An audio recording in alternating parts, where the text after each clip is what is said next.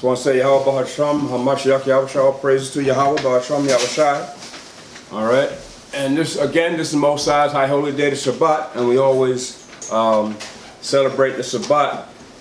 All right, that's the Most High's highest High Holy Day. All right, the highest. Why? Because it was made from the creation. The other High Holy Days the Most High gave to us when He formed us into a nation, but that was made from creation. All right, so we always we're going to honor the Most High's High Holy Day, the Shabbat. Okay, let's see. We're going to start off with Hosea 6:1. All right, first of all. So I just want to say again, this is the house of David. All praise to the Most High, Yahweh Bashem Yashai. Of course, we're on Facebook. We're on. We have the website H.O.D.C 12.info. Okay. We're on YouTube, H.O.D.C Uprising. So the brothers in the class and the brothers in the audience, the congregational audience, can also go to the social media and check out the house of David. And by the Spirit of the Most High, Yahweh Shai, house of David been here for about 10 years, close to 10 years, maybe about 9. All right, and then before that, we're on Bushwick for 10 years in Brooklyn, New York, and then before that, we were in Manhattan, 145th Street in Manhattan. Okay, for a good number of years, and then before that. We were started out the House of David in Manhattan, 464 126th Street in Manhattan. All right, under Marshall. So here we are, still the House of David, still teaching the Most High's word in the spirit of truth, righteousness, wisdom, and knowledge. So because why? The work still has to go on, huh? Still has to go on, right? Still has to go on, and like the scriptures say. When the Most High rooted Israel out of the land in anger and in fury and in wrath, He rooted us out, like kicked us out of the house. Like some of these children, you got to kick out their house sometimes. Yeah, some of these children you got to kick out. You got to kick their behinds out the house because remember the scripture said they're going to be disobedient to parents. So you got to kick them out the house sometimes, and so that's necessary. So. Before we go there, get Romans 1, just to show you. But you got to kick them out the house, man, sometimes. And so, because why? When your children break the rules of the house, what are you going to do with them? That's why the scripture says to take a unruly child, right? Unruly child don't want to do nothing, don't want to work, don't want to do nothing. So the Most High said, take him out into the middle of the city and do what with him? Stone. Yeah, stone him to death. Do you know how many children I would like to stone to death? You're pretty much talking about a nation of people. You're pretty much talking about a nation of people that be stoned to death. So, but that's what the Most High is saying. This is of course after repeated times you trying to get your son and your daughter to do something instead of being lazy, shiftless, don't want to do nothing. Don't want to earn. When you come into this world, by the time you get a certain age, now you got to start working. You still live in the household. You got to do something. You got to go in. You got to go on the farm. Plant some crops. Do something. Clean up the house. You got to do something. You got to earn your way. And the Most High, He teaches us we have to earn our way to get to the kingdom of heaven. We got to earn that, brother. I'm telling you, you have to earn that. That's why there's sacrifices have to be done, and we have to earn it. Most of this ain't going to hand it to you. It's by grace, it's by faith, and the Most High going to forgive us of our sins, but you still got to earn it. Yahweh Shai to be where you had to earn that, brother. You had to earn that. You had to get whipped, you had to get, downtrodden. He had to be disrespected, spit at, everything, huh? Understand? So we have to earn it. Understand? And look how Esau got America. He had to earn this. All right? I mean, he's wicked as hell, the devil, but still he had to sacrifice. He had to earn this, huh? You know what I'm saying? He had to earn this empire that he had. The Roman Empire, they had to fight their way into getting and being the Roman Empire. They had to fight. They had to earn it. It took them 7 years to bring Israel down. They said, damn. You know, you should have heard them. They said, damn, man. These niggas don't give up. Other nations gave up easy. They seen that Roman army. They said, nah, we don't want that. Because they had one of the greatest armies of all time, other than Israel. And they said, look, we giving up, man. Y'all, come on and take it. So, right? It was easy for them. But not Israel. We didn't give up that easy. You know what I'm saying? Because that spirit that we had in us, and we knew what we were losing. But because the prophecy had to be fulfilled, yes, it was going to happen. So, but you have to earn your right. So the same with children. They have to earn their right to be in that household. And if they don't want to go by the rules, right? So once they get like 16, 17, 18 years old, you know, so what are you going to do? I'm going to do what I want to do. Okay, well then go the hell out there and do it. You can do it out there what you want to do. Right? You can do what you want to do out there. The prodigal son did what he wanted to do. Right? And blew all his living but had to come back home. See? So then, but he learned. See? Yeah, he had to learn. So we have to learn. So we're like prodigal sons. The symbol of the prodigal son is Israel. That's us. That's us. The whole nation. That's us. We're the prodigal son. See? And so the Most High had to kick us out the house. He said, I'm going to root them out of the land in anger and in fury. See? And until this day. So we're to be rooted out the house. And now when you're rooted out the house, you fall prey to what? See? All the other animals that's out there is ready to get you. Which is the other nations now. And ready to get you. And abuse you. And take advantage of you. And misuse you. Right? And that's what the Most High said. I'm going to go back to my throne until you acknowledge your offense. Most High don't have to come to you. You got to go to the Most High. He don't have to come to you. Right? So we've been rooted out of the land in anger. And so now it's our job as a sacrifice, understand? And as in faith and in loving the Most High through faith, then we got to return back to the Most High with all that. Understand?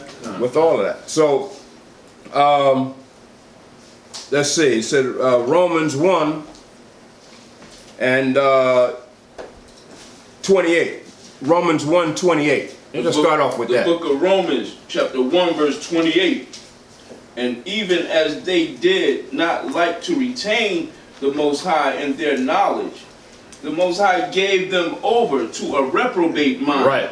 The Most High gave them over to a reprobate mind. See? So a reprobate mind is what? Somebody that really, essentially, you can't reform. Most High gave you up, that's it. He doesn't even want you back. When he gives you up to a reprobate mind, he doesn't want you back. Understand?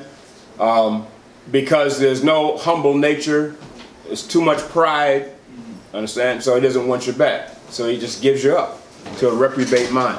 So, right? Reprobate mind, okay, to those things which are not, did you read that part? To do those things which are not convenient. Yeah, see? And what's not convenient?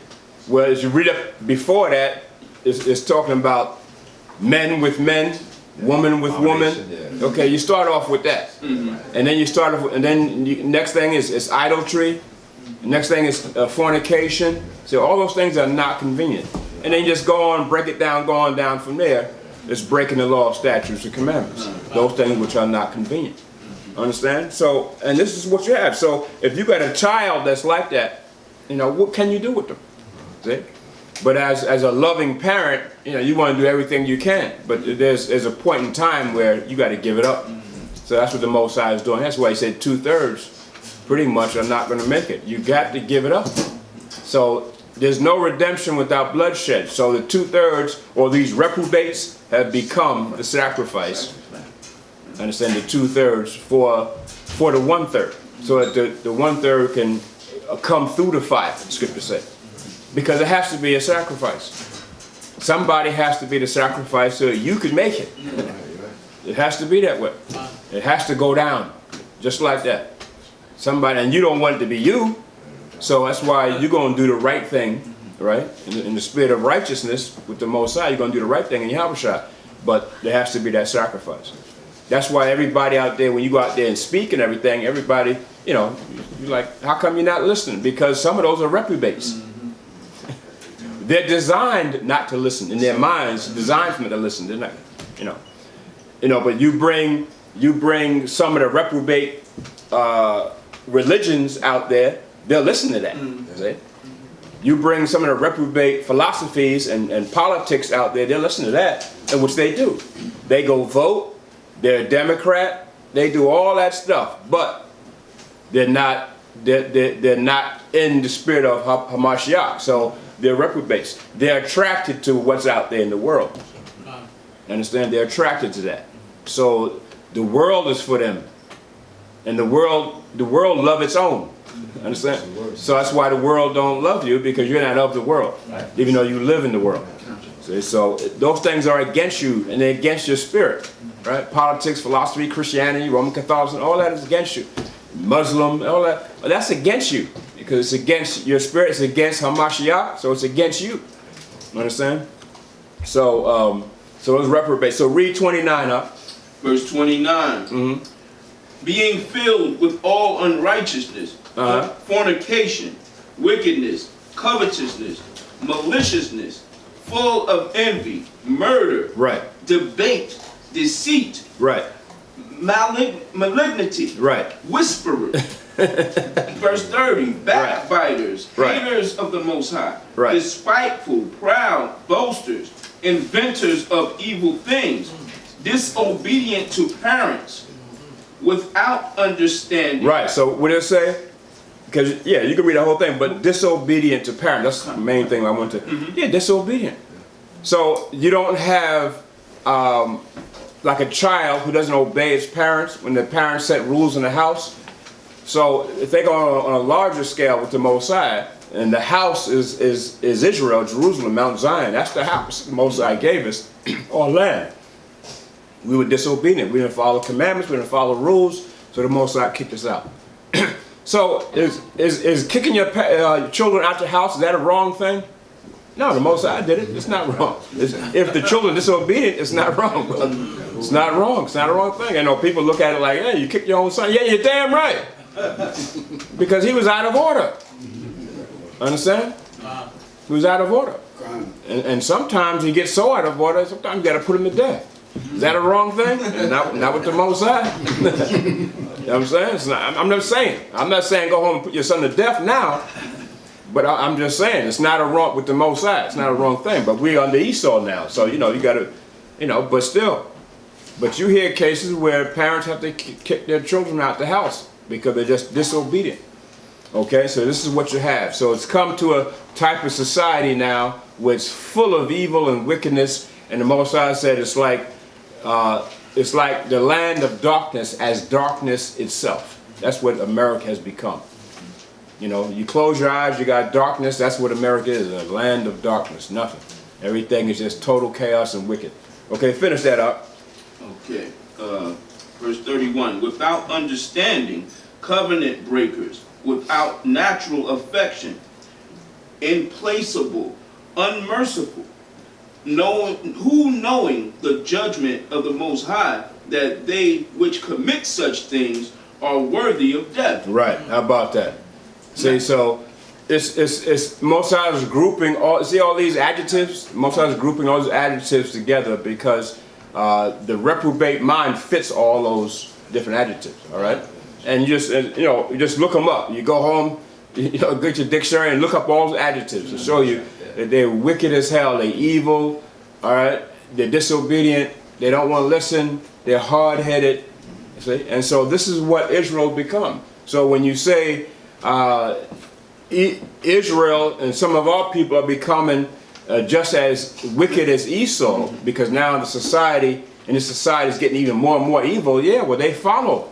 They're following the evil ways of society. So it's Most High, all these adjectives of the Most High name is groups them all together. And so they fit that. The reprobate mind fits that. All right? So that's why the Scripture says mercy time, right, is soon going to end. All right? So judgment must begin at the house. Why? Because the house, we're talking about the nation, Yasha'Allah, the nation of Israel, is going to rule next. You have to put the house in order. You don't want to go into your house and you have your children, your wife, and everybody in your house, and it's all out of chaos when you get home from work, or, you know, or let's say from a 2 or 3 day, you know, stay, you're somewhere for 2 or 3 days, you come home, it's all out of order. So what do? You got to put your house back in order. That's what you're going to do as a man and as a parent. So the house got to be put in order. And so this is where we're at right now.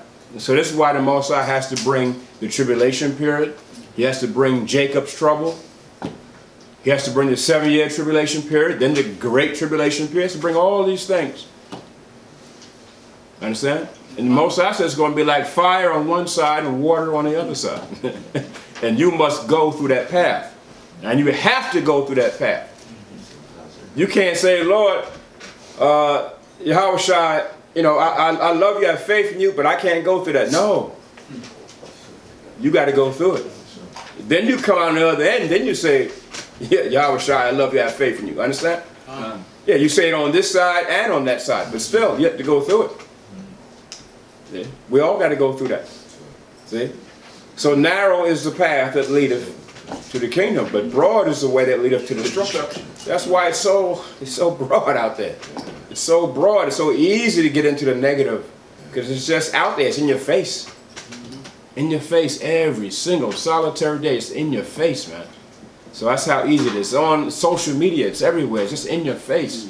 You can't go do nothing. The TV, you know, these plasma TVs, these big screen TVs, it's in your face. The news, the advertisement, everything is, the radio shows, it's just in your face all the time. Or you hear it, it's in your face. The advertising, the billboards, it's in your face. So how are you going to get away from it? You can't. The only way is through Hamashiach. Yeah, through the Scriptures. And so the Most High got to have grace enough on the individual to be able to open up his mind, to be able to come into the truth, so that he could at least fortify himself, and understand, to keep himself away from the destructive path out there. And then still, sometimes we fall prey. We still fall prey to it sometimes, because it's rough. But that's why the Most High said a righteous man can fall 7 times and get back up. But see, a righteous man will pray and repent. That's what he means, get back up. Yeah, cheers. But somebody who's not about, you know, righteousness and keeping a commandment will not pray and ask for repentance. Understand? And this is not somebody who feels they can sin. We're not talking about someone who feels they can sin and just because you have grace and you know you can get away with it. We're not talking about that individual. That is not the righteous man who falls 7 times and gets back. That's not that man. It's not. That type of man is a man who's full of pride and envy. Understand? Full of himself. Understand? Not, you know, thinks that he could, you know, dominate and get away with doing things and it'll be okay. And not even thinking about going to the Most High and asking for forgiveness or guidance or direction or wisdom and knowledge. Understand?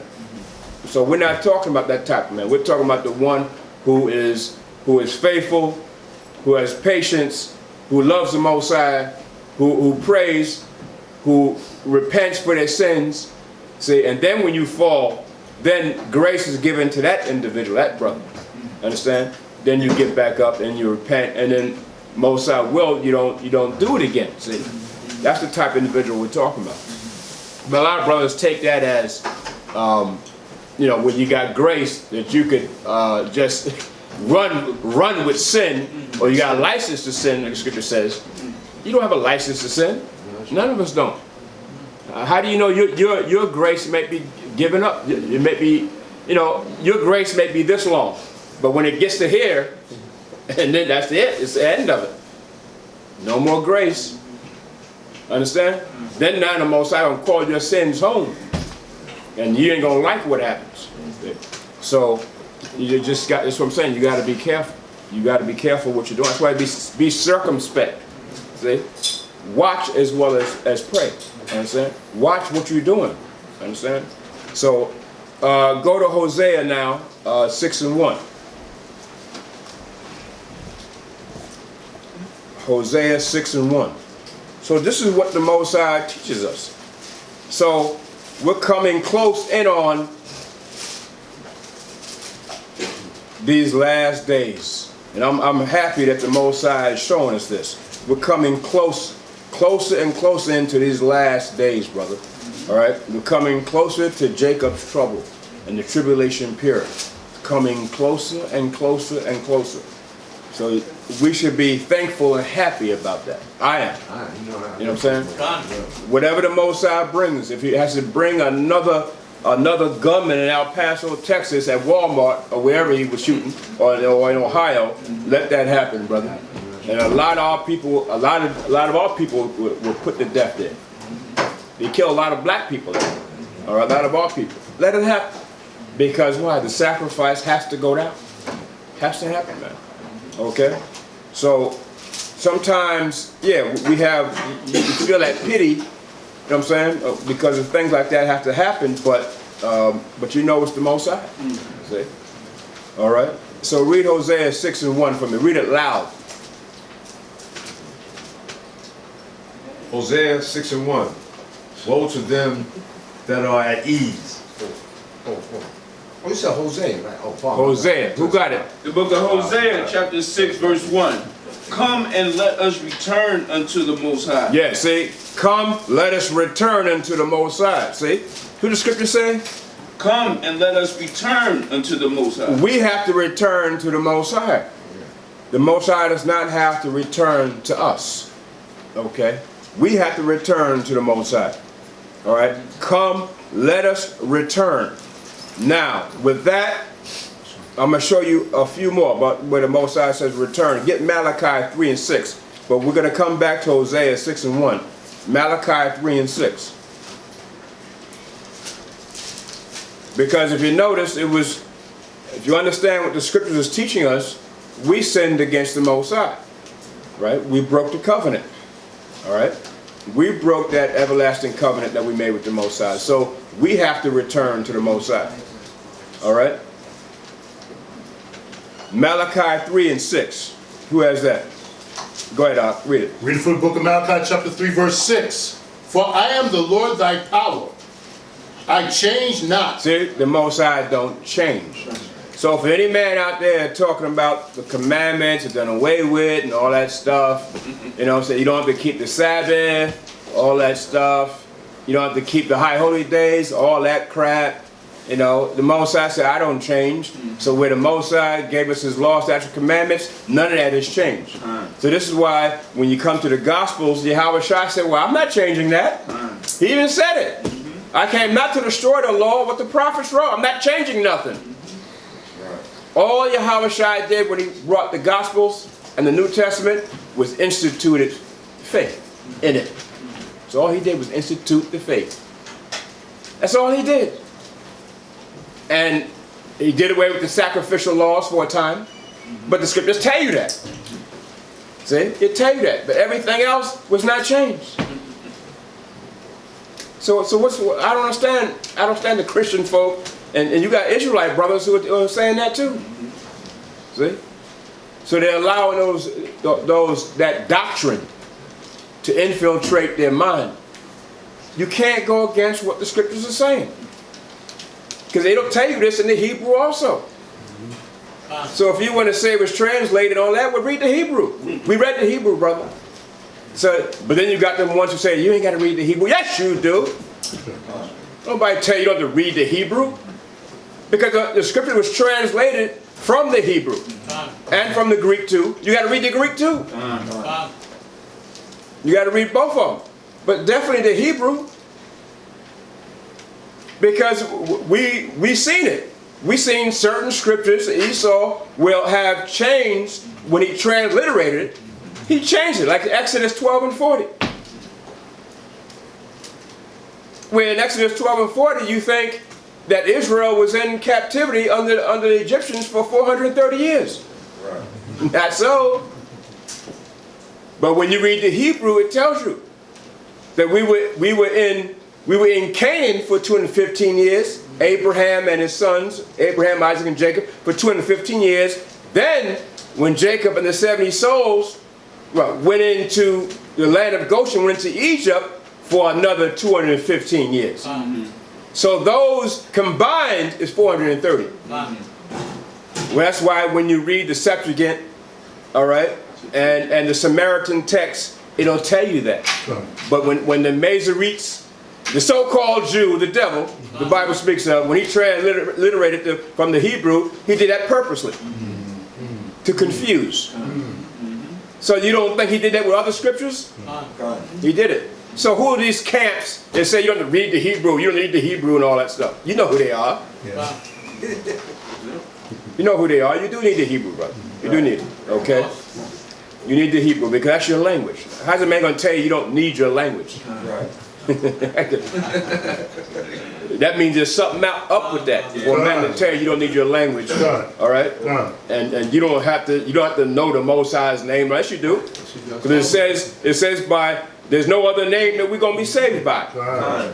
So we know it's not Jesus. We know it's not Christ. So we know it's not that. Okay? So picture me calling you something outside your name.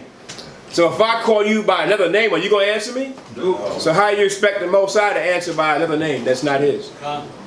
That's all we've been doing until we come to what? To the understanding of our identity and our language, and then we can cry to the Most High and pray to the Most High in the right, correct name. So who's the brother that's telling you to do that? You got them camps out there, you know who they are. Some of them have sold out. I don't respect that. Some of them sold out.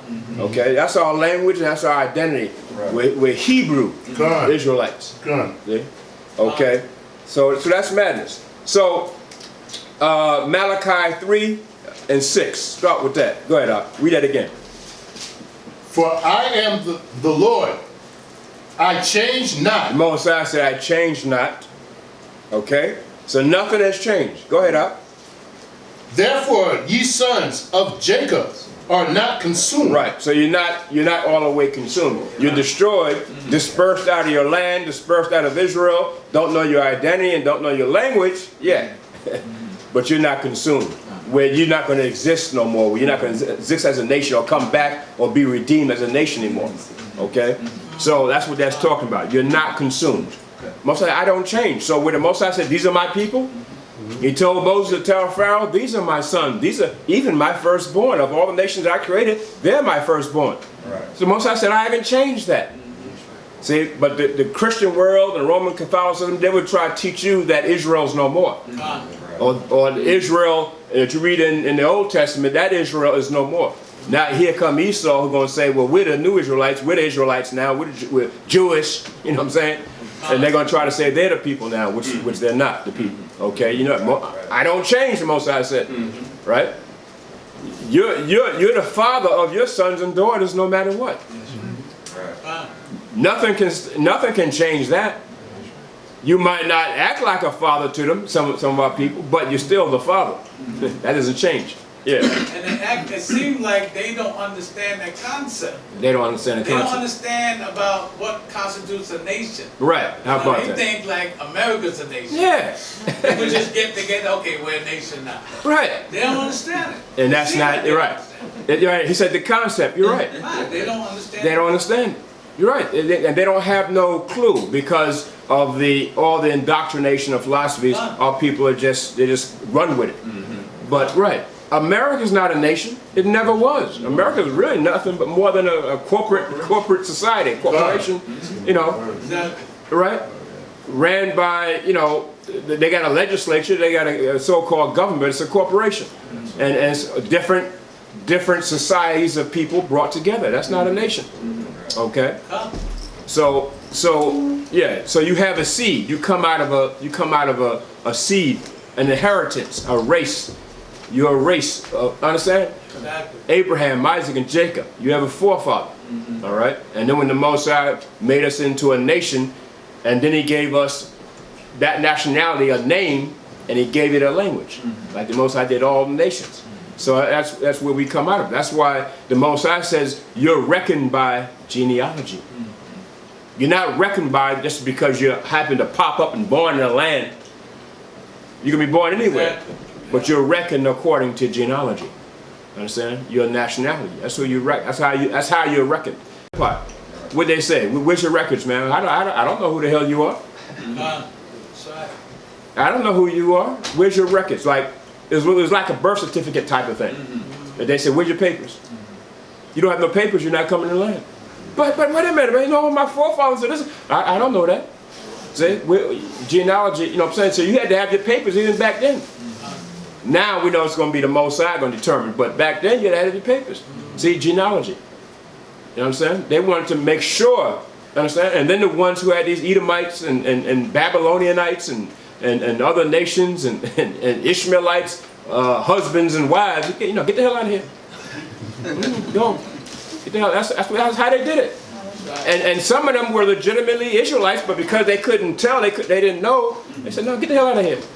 And they didn't let them in the land. Yeah, Barak, on the lower level, sometimes when we out there teaching at the camp, there'll be some Gentile-minded brothers that'll come up, Right. ask us certain questions.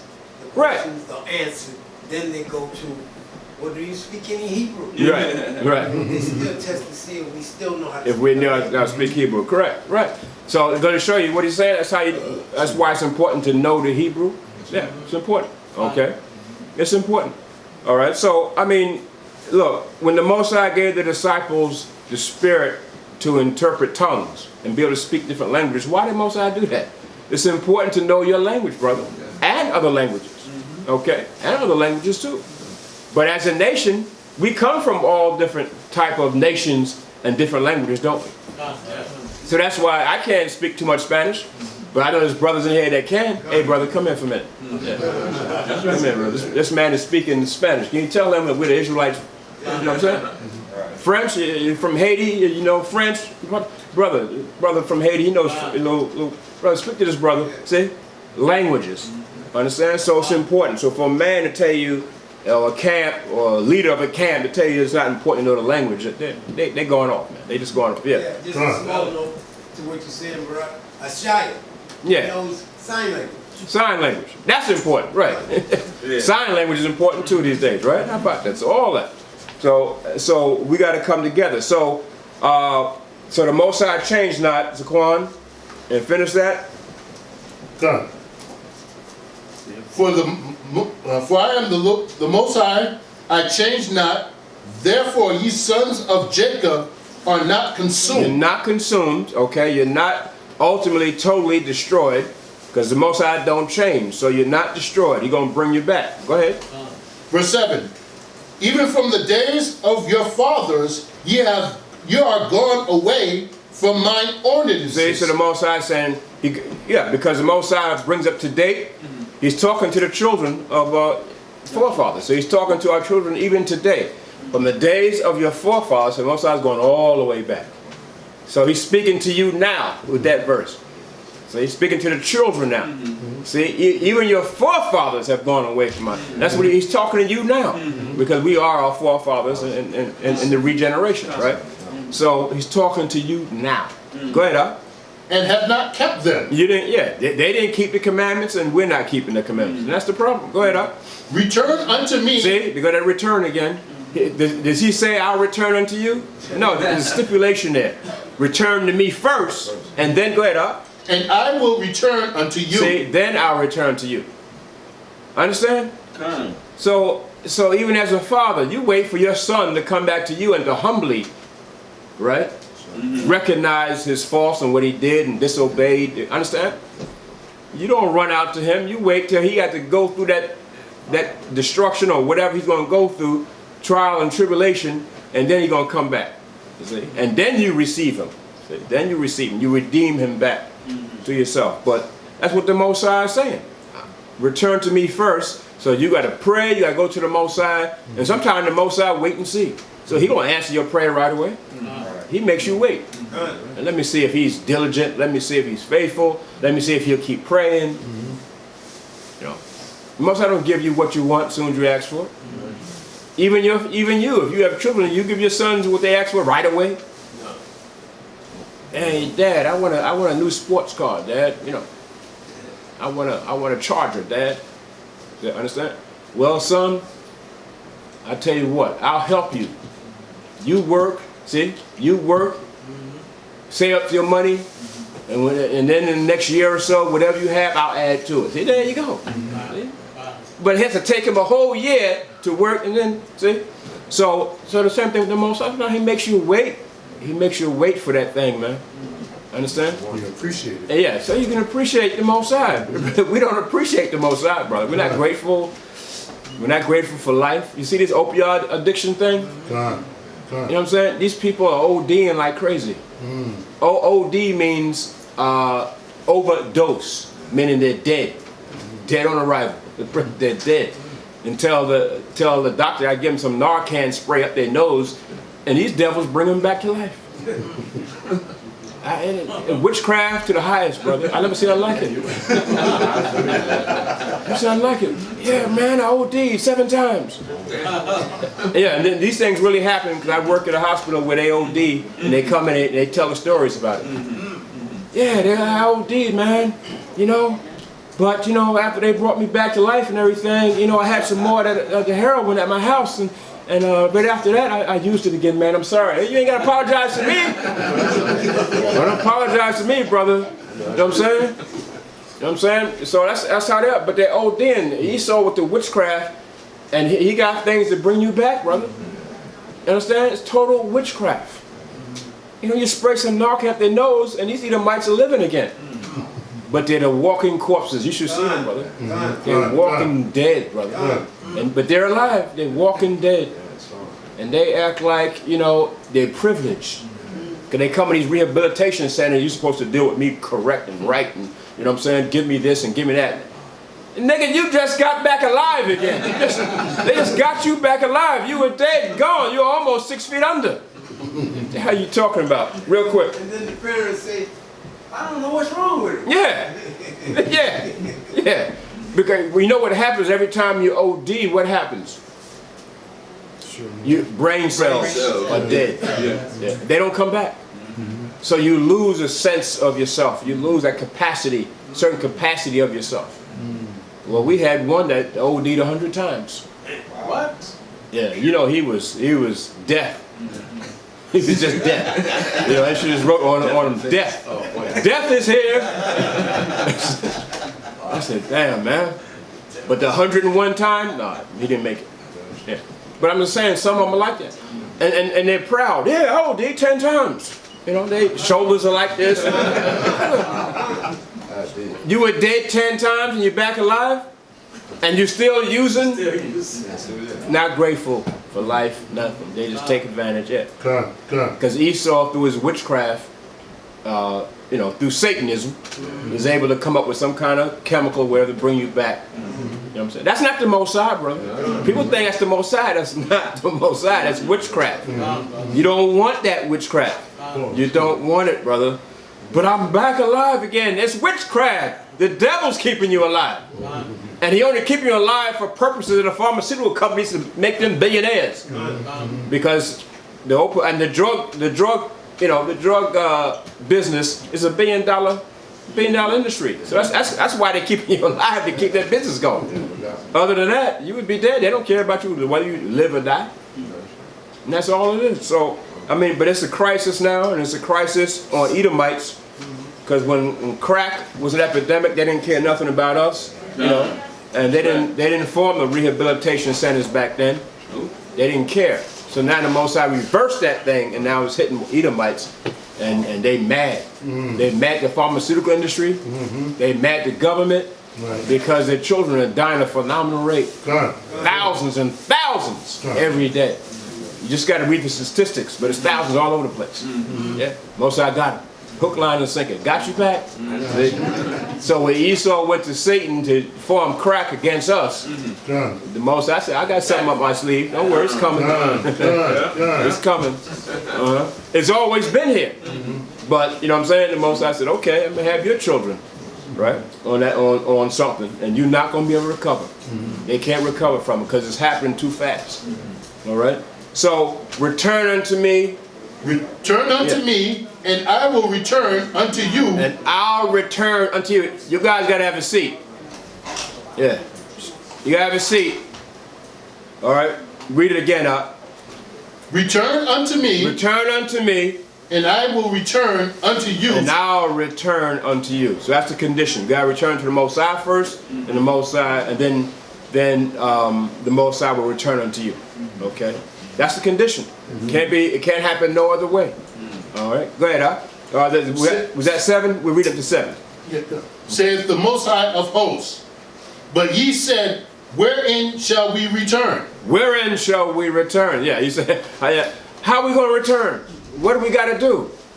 And if we return, then what? What's our job? What's our duty? What are we supposed to do? See, that's what Israel is asking. Foolish questions.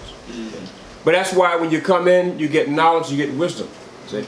You say, well, what am I supposed to do now? Yeah, well, you're supposed to keep the commandments, abstain from fornication, adultery, idolatry. Understand? What are you supposed to do?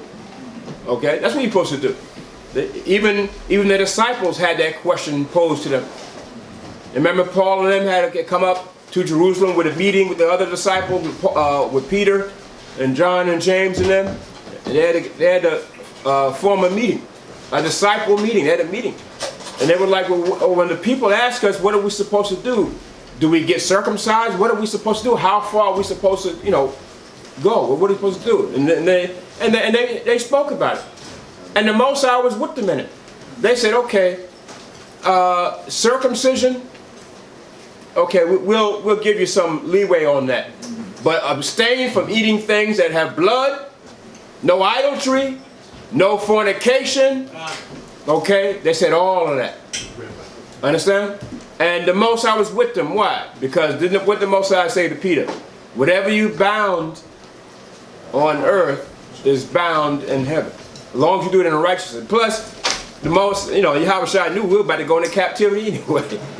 You wasn't going to be able to do certain things anyway. Understand? Like circumcision. But we can do it now, some of us. But some of us just don't have, the capabilities or the insurance or whatever, the monies to do certain things. So there are certain things we were, in captivity we weren't going to be able to do. So this is what Paul and them came up with. All right? So, but now you got to begin, to abstain from the worldly lust and so forth. Now, that time. So when you ask, well, what do I do? So when they ask, wherewith shall I return? For what? And what's my purpose? What am I going to return for? I got a house, I got a car, I got a good job. What am I going to return for? See, that's how Israel look at it. That's how they look at it. So, but when the Spirit of truth come on you, and the Most High is with you, you're not going to ask that question. Understand? You're not going to ask that question. You're going to return because why? It's the Spirit of the Most High is in you, and to return, you got to make some sacrifices, and that's this is where we're at. Okay, was that it? On that? That was it. Okay, and so we're gonna. I tell you what, go to Deuteronomy, 1st chapter, 30th chapter, and the 1st verse, and I'm gonna show you something with this. Even back when in the wilderness, the Most High said, "Return unto Him." Back when we're in the wilderness, the Most High. We're still going to continue Hosea, but let's go to Deuteronomy 30 and 1. Deuteronomy 30th chapter. And the 1st verse. This brother right here can read. The book of Deuteronomy, chapter 30, verse 1. And it shall come to pass, when all these things are come upon thee, the blessing and the curse. Right, see? When all these things come upon you, the blessing and the curse. Okay, go ahead. Which I have set before thee, and thou shalt call them to mind among all the nations, whither the Most High thy God, thy power hath driven thee. Right, so are we driven into all the nations? Okay, we're in that condition right now. We're driven amongst and scattered amongst all the nations. So Most High said, when you call to remembrance, see, all these things, when the Most High, He gave us the blessings. When we were in Israel, we had all the blessings. Now we're under the curse. That's what Deuteronomy 28 chapter is talking about, right? The blessing. And then it goes down to the 15th verse, and then now you got all the curses. The blessings and the curses. So we had the blessings, now we're under the curse. You're going to call these things to remembrance in your mind. Okay, go ahead, Al. And shalt return unto the Most High thy power, and shalt obey his voice according to all that I command thee this day. See, obey his voice. You're going to return, right? They're going to that word return again. You're going to return unto the Most High, all right? The blessings of the Most High and the curse of the Most High, and then you're going to obey his voice. Because you're going to know now, because as a nation, we went through all that. You're going to say, wait a minute, I'm that nation. I'm going through all of this. We went through all of this. So when you read the scriptures, yeah, come, we went through all of that. And so we're going to call that to remembrance. And now it's high time for us to say, okay, let's obey the Most High's word. That's what the Most High is saying. Okay, go ahead, up. Thou and thy children with all thine heart and with all thy soul, that then the Most High thy power will turn thy captivity. See what he said? See the condition? He said, first you got to return. Return unto me first. Then I'll bring all that back to you. See, then. Understand? We want it now. See, we want all that now. We want all the goodness now. Under being scattered and dispersed and in captivity amongst the nations. We want it now. And the Most High said, no. Because you don't give your son his allowance before he does the work, do you? Unless you do something, you know, that's unusual. I mean, right? Because you're not teaching him the correct way. You don't give him the gift or the blessing first. It's the work and the effort and everything. You know what I'm saying? The work, the job has to be done first, then you give him. I mean, does Esau pay you before you do the job? If he does, I want that job. No, you know what I'm saying? He don't pay you before you do the work. So the Most High going to pay you, give you the kingdom before, you know what I'm saying? You obey his commandments. And that's the problem. And that's why some of our people, that's why the Most High, he has to make you lowly first and poor. And, you know what I'm saying? That's why Most High deal with the poor and bring them up from the dunghill and bring them up and make them kings and princes and so forth and give them the kingdom. But the ones who already have all that, so what more blessing do you want? What more do you want? You know what I'm saying? You got everything. You got everything in this society. So you think you're going to get it in the kingdom too? And the Most High is true with that. Whoever has it in this society is not getting it in the kingdom. You're just not going to get it. All right? Because you have it. You have the blessing. You have all that now. So don't be so quick to try to look for riches and all that. Understand? That's why the Most High said your possessions mean nothing in this society. All right? It means nothing. Don't be so quick to be rich, the scriptures say. All right? So, finish reading now. We're reading to the 6th verse. All right, verse 3. That then the Most High thy power will turn thy captivity and have compassion upon thee, and will return and gather thee from all the nations. You see what the scriptures say? He'll return once you return back to him. Yeah. We're the children of Israel, brother. We got to be that example, because we got to be that example to all the nations. So we got to show the nations how to turn to the Most High. We got to do it in righteousness. Okay, so he said, then, once you obey my commandments, then I'll bring you back to the land.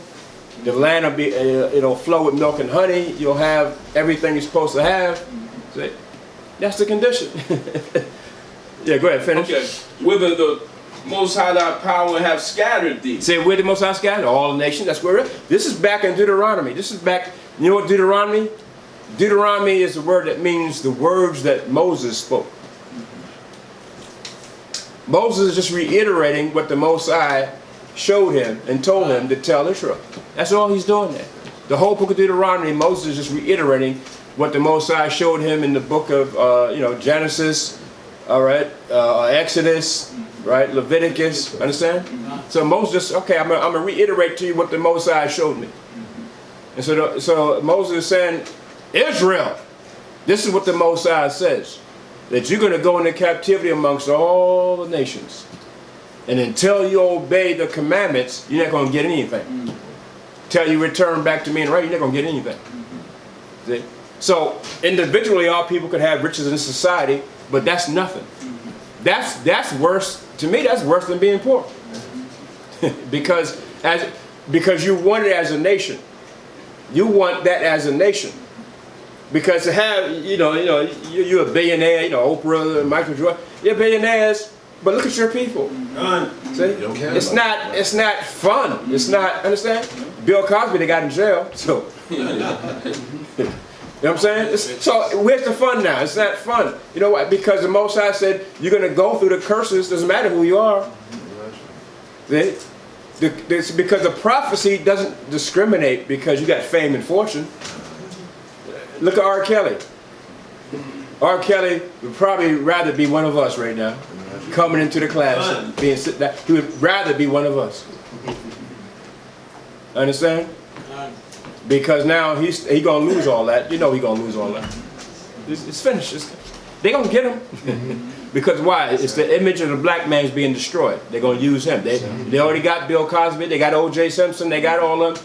So now his image is just another image, black man's image, and that's what they want in society. The image of the black man to demoralize it, continue to demoralize it. I mean, we know it's not going to work ultimately, because you know what I'm saying. We're the people of Yahushua. So, but they know that we're the people of Yahushua, and that we're going to come back and be redeemed, and we're going to run this earth. We're going to be the next rule of this earth. But as long as Esau is ruling, he's going to do what he's supposed to do. And he's supposed to hate you. He's supposed to do that. See, R. Kelly was like, why? Why are they doing this to me? I'm R. Kelly. It's nothing wrong. But they don't care. You can bump and grind, they don't care. You know what I'm saying? Who you are. Look what happened to Bill Cosby. That was America's daddy. No, you're not. You're a black man. You're a Hebrew Israelite. And see, they know that. Destroy the black man's image. You had a question? You had. What good is money when your people are sick? Yeah. All your people are suffering. Yeah. What good is it? So that's what I'm saying. It's not. You're better off being in poverty. And when I mean poverty, yeah, you go to work, you make your, $15, $20 an hour, whatever it is, and you come home, you pay your rent. You know what I'm saying? You take care of your children, your family. That's what I mean. Because that's poverty, brother. Your daily bread. That's poverty. That's your daily bread. That's poverty. That's poverty. Because you're still a slave. Okay? And a slave can be a high-paid slave also. So you can be in the $20 million bracket in hip hop, but you're a high-paid slave. You understand? So it's that way.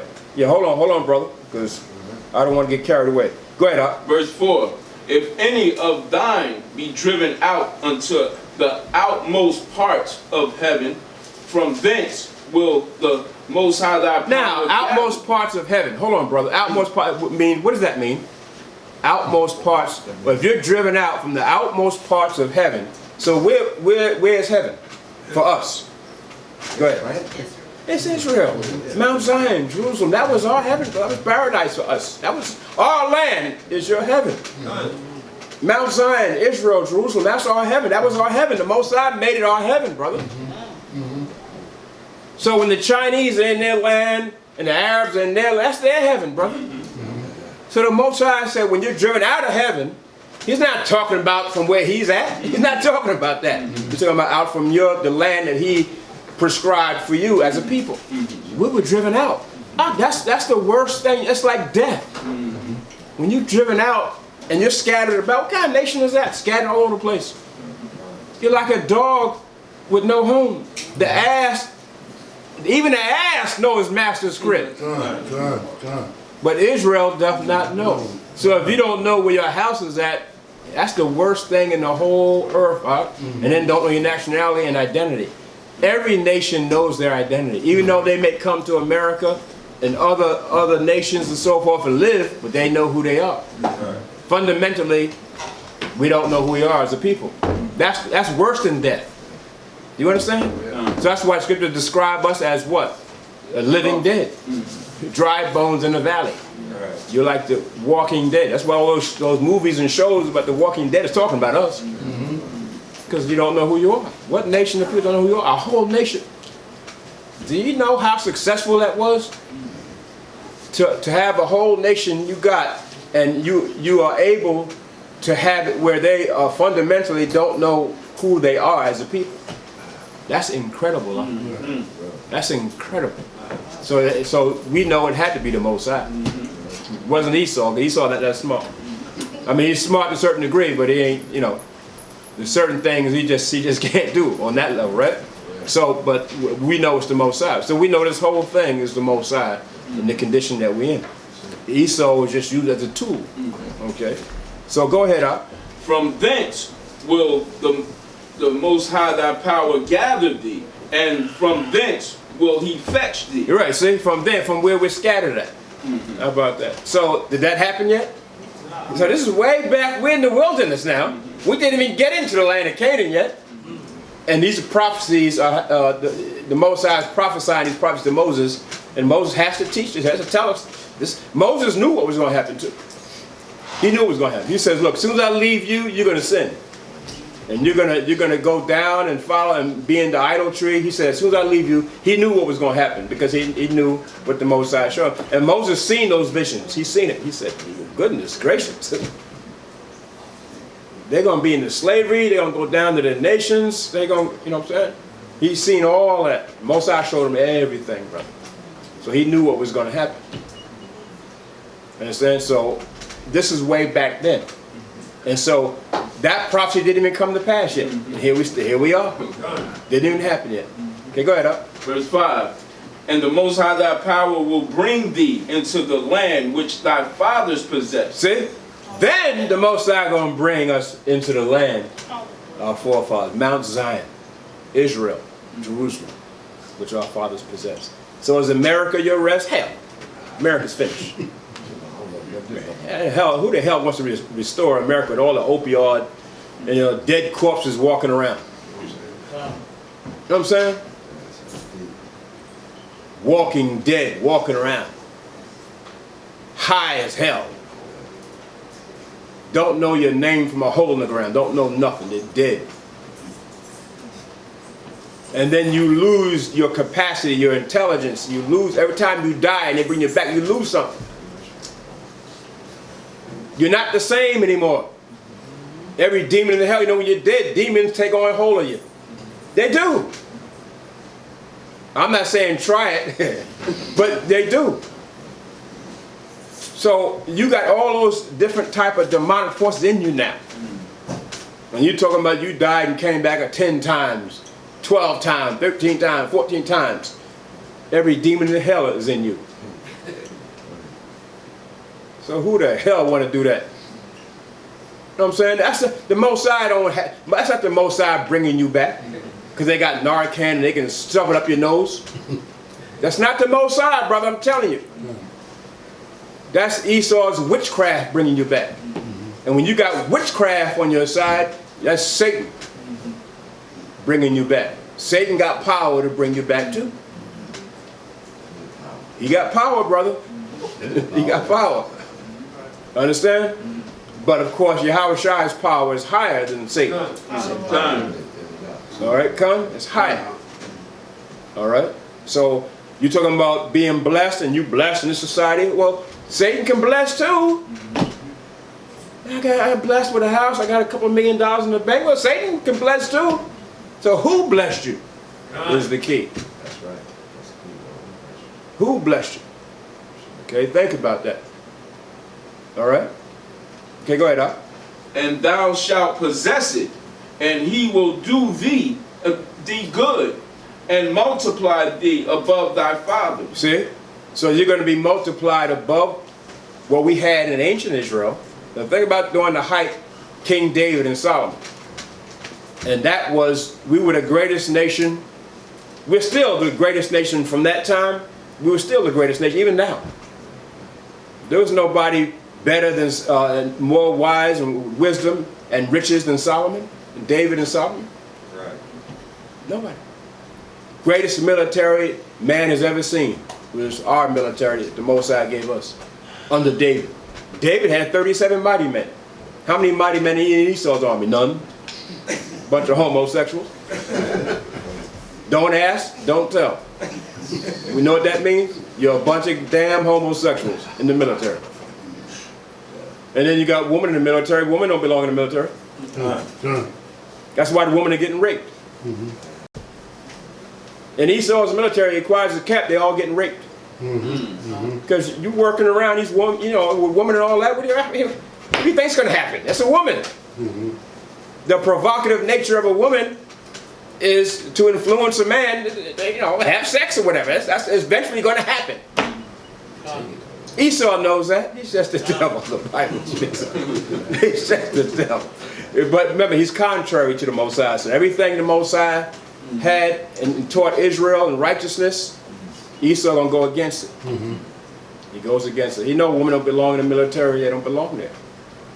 They're not supposed to be policemen. They're not supposed to be, you know, construction workers. They're not supposed to be builders. And this is why you have, you know, they got this football player now. This happened the other day. Antonio Brown, the woman came out and said that he, you know, abused her or whatever. You know what I'm saying? But all this abuse that's going on and all these, Bill Cosby, all this abuse that's going on, yeah, it's going to happen. Why? Because you made woman equal to a man. And so now you put woman on an equal plane to a man and she's right there working next to him. What do you think's going to happen eventually? It's so damn stupid, but Esau knows that. He's just contrary. He knows that. But then he's going to tell you, don't bother the woman now on your job. Don't touch them. Don't tell what he... But he knows a man's going to be a man eventually.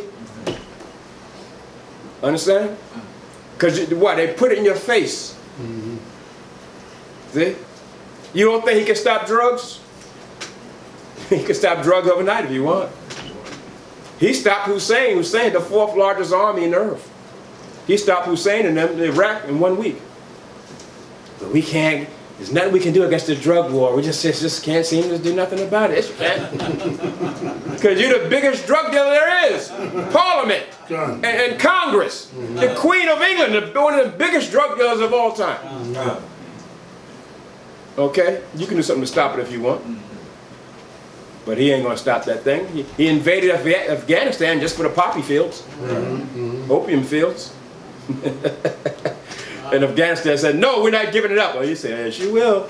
You will give it up, but we're going to come in there. You will give it up, and they had to give it up. Esau invaded Afghanistan, and they had to give it up. You can't remember what Esau's army. He got nuclear bombs. He got even Trump dropped the mother of all bombs on Afghanistan. He didn't have to do that. He was testing the bomb. That's all he was really doing. Made an excuse to test the mother of all bombs. and blew up somebody's house. Somebody's family got blown up. They didn't care. They don't care. See? So if they don't care about their own people and blowing up their own people, what do you think they care about you? All these black women are missing. Where are these black women at? Where are all these black babies, all these babies at? Where are they at? Nothing is said about it. It's all kept quiet. Not on the news. People are missing. But they got a satellite that can see a dime on the ground, but they can't find all these people. Unbelievable. Where all these people at? Yeah, at the Roman Catholic Church, being sacrificed to the devil, to Satan. They know where all these people are at. So be careful, brother. That's why I say you better pray for your family, because they snatching them. They snatching people. We're talking about elite members of Esau society are putting out the order, snatch some of these black babies, because they're the Hebrews. The highest sacrifice in Satan's world is a Hebrew baby. The highest. Oh, they'll sacrifice some of their own too, but that's a low sacrifice. Who the hell cares about an Edomite? If the Most High said there's nothing, you know what I'm saying? What the hell you don't want to sacrifice to nothing? If the Most High don't care about him, hell. Satan's like, I don't want that either. But give me a Hebrew. Give me a Hebrew. That's what they want. And the younger the better. That's what they want. The younger the better. That's what they want, brother. So be careful with your babies. That's why I always pray, because you can't be with them probably 24/7, you send them to school or whatever. So always pray. That's the protection. The prayer is the protection. Yahweh Shai sends the angels, and then, you know, and the angels protect them. So they can be snatched. You know, if a child's being snatched, it was the Most High that told the angels to back off and let it happen for whatever reason. See, these things have to be manifest. And they're manifest. And so that's why we have to pray circumspectly. Don't stop praying because you know that, okay, I'm in the spirit of truth. I'm in this truth. It ain't going to happen to me. Yes, it can. We had brothers, right after the Passover was finished, drive home. Next thing you know, they're in a car accident, dead. After the Passover. Been praying at the Passover, everything, get in the car, accident, boom. Why did the Most High do that? See, we don't know the Most High, bro. You don't know the Most High. Understand? But he did say in your regeneration, I'm going to get you. I'm going to get you back. See? I'm going to get I'm going to get the children of the fathers in the third or fourth generation. I'm going to get you back. So sometimes you may say, but I just prayed, I did this and this. Why did the Most High put his hell on me? Because I'm going to get you back. I'm going to get you. See? So let's be happy the Most High don't put you to death. He can call your sins home anytime. Because you sinned in the regeneration. So he can punish you for that sin you did 1,000 years ago. How about that, right? If he want to. The Most High can do what he wants. See? That's why you say, well, why is that baby born dead, born blind, born with this disease? And so why does that happen? Why is the Most High allowed that happen? Because I'm going to get you in the third or fourth generation. To them that sinned against me. See? All right? He told Solomon that.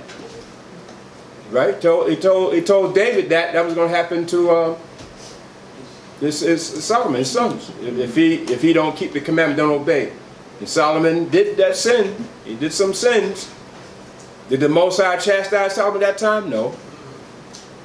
He had to come back. Okay, and we know Solomon is Mashiach, right? Mashiach in the regeneration. You know, he whooped him then. Al-Shai was whooped then. Oh, he was whooped. Okay, but he came to be whipped for the whole nation, but that was also part of that. Also part of that prophecy. All right, so it's going to manifest itself. So we got to understand that. So go ahead, Al. Verse 6. And the Most High thy power will circumcise thine heart, and thine heart of thy seed. Yeah, so he's going to circumcise thy heart, meaning clean you up. Circumcision represents cleansing. That's why you circumcise your babies, male babies, every 8 days. Right? It represents a cleansing. And your heart is your mind, so you're going to clean your mind up. Because your mind is infiltrated with garbage. Yeah, every day. Not only do you eat garbage, but also the philosophies and indoctrination is garbage. Every day, brother. Every day. Even your phones. Your phone is what? Garbage. Because it has, what it has? 5 megabytes. What is it called now? 5 hertz or whatever, what they call it? 5G. 5Gs, right. It went from 4Gs to 5. What is that? Garbage. It's infiltrating. Hey, what's up, Barak Shalom? But yeah, what do you think is going in your brain? Garbage. They know it. Causes cancer, everything. They know it. But they still gonna put it out there. Do they care about you if you're buying these phones at $1,000 a pop? It's about money. They don't care. They don't care if you catch cancer, brain cancer, and drop dead. They don't care, man. So if they don't care about you, then who is? So we got, as a nation, we got to begin to care, see, about ourselves, about our families, about our people. Understand? The other nations care about their people, don't they? Come to America, set up a business, and what do? They care about their people first. Then they might look outside their nation, but 9 times out of 10 they don't. They don't care, so we got to begin to care. So this is where it begins. So circumcise thine heart. Go ahead, Al. To love the Most High thy There power. goes love. Can't stress love, right? More enough. Because love and faith go hand in hand, brother. You cannot say you love the Most High and don't have faith in the Most High. Okay, if you have faith in the Most High, you will love, you will show it. You will show love. You will show it. There'll be an action plan. See, there's some action there. What do you tell your wife? I love you, honey. I love you, baby. Yeah, well, show me. Ain't that what she say? Show me. Most I want you to show me. See? Because in the fleshly world, when you say you love somebody, you're going to show them with action. Words, after a while, words get played out, don't they? It's just words. That's why the Most High said, Israel, he's nothing but a bunch of people with words. Eyes you have, but you see not. Ears you have, but you hear not. You have a mouth and you draw near me, but your heart is far from the Most High. Because you're just a bunch of rhetoric. Hey, how about Shalom, Mark? It's just words, bro. See? But you're stabbing the brother behind his back. You're talking about him. You're revealing secrets about him. Well, you know, all type of stuff. See? That's not what the Most High is talking about. That's not what the Most High wants. See? So you can be in Israel, that doesn't mean nothing. You can know the truth, that doesn't mean nothing. You got to show the action that you are a Hebrew Israelite. See? And that's why the Most High speaks about the Jew or the Hebrew that's an Israelite in the heart. Because you have other nations that show what Israel's supposed to show, you know what I'm saying, in faith. We're supposed to be Hebrew Israelites and show the law, statutes, commandments, and also show the love of brethren and neighborly love and all that. We're supposed to show that. That's what the example of, remember the Levite was walking by, the Israelite who was like down and out and in poverty, and they kept walking by him. But here comes one of another nation who's going to help this brother, this Levite, going to help him. See? Action. See? That's why the Most High said, Israel, all ye of little faith. And Yahushua said, Israel, you were supposed to do what this man of other nation did for that Israelite brother. You were supposed to do that. We don't do that enough. See, it's about action. See? So the love, like the brother just read, is the next level we got to come on. So you can sit here and go through all these scriptures, but if you don't have love of brotherhood, love of the Most High, Yahushua, and brothers, then you didn't accomplish nothing. You came here pretty much for nothing. Or came into the knowledge of the truth for nothing. Because that's the next level. See, so you can learn all this. You're Israelite, learn all the history, learn all about the Dark Ages. We have brothers like that. Yeah, don't take it serious. You know what I'm saying? Yeah. They know all about the Dark, they can tell you about the Dark Ages and all that, and how we ruled and all that. Okay, but the love of brotherhood and brethren and care for each other, they don't have that. So that's why the Most High said, you charity is everything. If you don't have charity, you have nothing. That's what that means. Nothing. So you got to show it. You got to show it, brother. That's what the martial law is all about. That's why we have the summits. Because we bring it on that level now. The level of love. See? Because if you hate your brother in your heart, the scripture says, what did you do to him? You murdered him. You killed him. You murdered him. But did you actually physically murder him? No. But that hate is like killing somebody. Hate is strong. Hate a brother for hardly no reason, it's just strong, man. It's strong. It's worse. It destroys a nation. It can destroy a family, right? It can destroy a family. Hate is something, man. So that's why the Most High said we got to bring it now to that level now. See? And now I'm giving you the knowledge, but now you got to come to the next level of, you know, wisdom and knowledge and understanding. But now it's that love. See, love is the next level.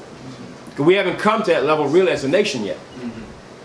The Most High is bringing us in, we're learning our identity, nationality, language, but we didn't come to that level of love as a nation.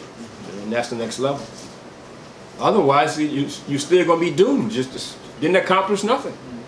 See? Go ahead, Up. Okay. To love the Most High thy power with all thine heart and with all thy soul, that thou mayest live. See? All right. That you may live. How about that? See? If you don't love the Most High, by right, does the Most High have to have you living? No. He can kill you. He can take you out of it. Right? By right, the Most High don't have to keep you alive. But the Most High did say he's long-suffering. And he said, sentence against the evil work is not executed speedily. So that's why your sin, your evil, you're so set in doing it because the Most High don't do nothing to you yet. But it's coming. It's coming.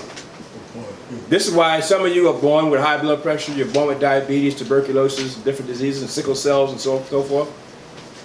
Asthma, different diseases. Right? You're born with that stuff. Now, you're not dead yet from those diseases, but if you don't do the right thing and take care of yourself, you will be. So the Most High is long suffering. See? So so we have all these different issues and problems. See? Moses said, okay, I'm going to give you some time and see what you're going to do. You got to do the right thing. Even Spike Lee knew that. Do the right thing. You got to do the right thing. See? Because if you say, well, I got asthma, I got tuberculosis, I got diabetes, for the most, I said, well, I got a dietary law. You can fix that. You're not doing the right thing. See? Most I said, okay, you ate pork, you were young, you ate pork, so now you got high blood pressure. No, you didn't know any better, your father fed it, whatever. Okay, the most I said, okay, well, do the right thing.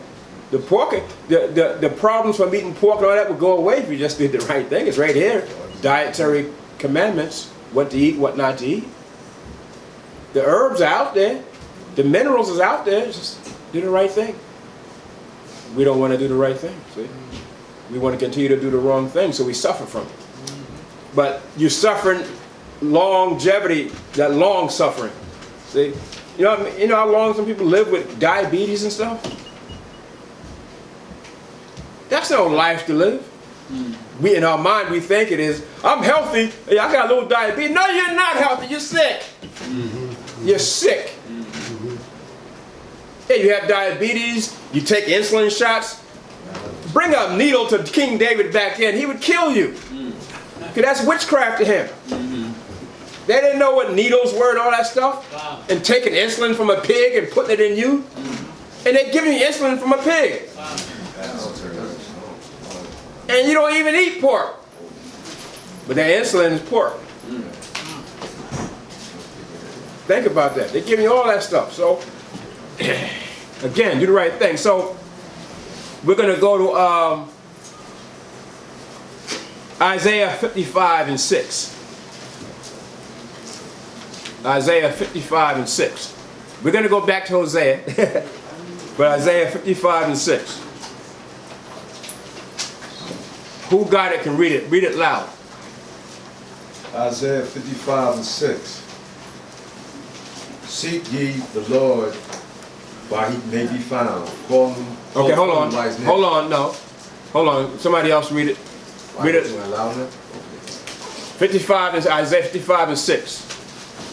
Seek ye the Lord while he may be found. Call ye upon him while he is near. Yeah, see, seek Yahweh, seek the Most High while he may be found, while he may be near. Okay, because there's going to come a time where the Most High might not be, hear your words, hear your prayer. Okay? So seek the Most High now. In other words, what it's saying is what? Seek the Most High as soon as possible. That's what it's saying. Okay? As soon as possible. Don't wait. Don't wait till tomorrow. Understand? Don't wait till the next day. Don't wait till you finish your sins. Some of our people do that, right? They wait till they finish their sins. I will. I'm going to do it. Okay? Give me a few more days, a few more weeks. I'm going to do it. I'm going to do it. See? Don't wait. Go ahead, Ak. Let the wicked forsake his ways. See? Let the wicked forsake his way. Go ahead. And the unrighteous man his thoughts. And let him return unto Yahweh. See? They go that word return again, right? Let him return unto the Most High. The unrighteous man, let him return unto the Most High. See? So why is that? Why has he got to return? Because he disobeyed the Most High. He disobeyed the Father. So you got to return back to the Father. The Father don't have to return to you. Yeah. Okay? You disobeyed the rules of the house, so you got to return back to the Father in righteousness and humbleness and contriteness. Understand? That's what it's saying. Okay, go ahead, Ak. And he will have mercy upon him. See the condition again. Return back to the Most High in righteousness, then he'll have mercy. If you don't do it that way, the mercy is not coming, brother. Understand? It's going to be punishment. It's going to be punishment. There's not going to be no mercy. It's going to be punishment. You got to return back to the Most High the way the Most High wants. Because what if your son does return? But what if he's still proud, stubborn like he was before? Did he learn anything? No. So that's why you have to come back the way the Most High want you to come. It has to be humbleness, contriteness. Understand? Lowly in spirit. That's how you return back. And then you begin to keep the commandments and so forth. Because you may return home to your father's house, but you still the same way when you left. Well, you didn't learn nothing. The only thing that's going to happen, your father will kick you out again. And it might be for good that time. You may not be able to return. Same thing with the Most High, right? Most High might not give you another chance. You got to remember that. He may not give you another chance. He's merciful, but sometimes that mercy runs out. There's no more chances. Even Esau gave you 3 strikes and you were out. He gave you 3, and that was it, brother. They're trying to fight against that now. But they don't know. See, Esau knows you're the Hebrews. So he wants to give you 3 strikes and you out. That's what he wanted to do anyway.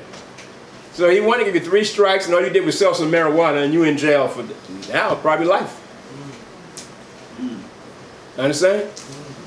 You got brothers now who were just coming out of jail, and they didn't commit the rape or whatever they said they did, but now what? They're in their 60s, 70s, their life over.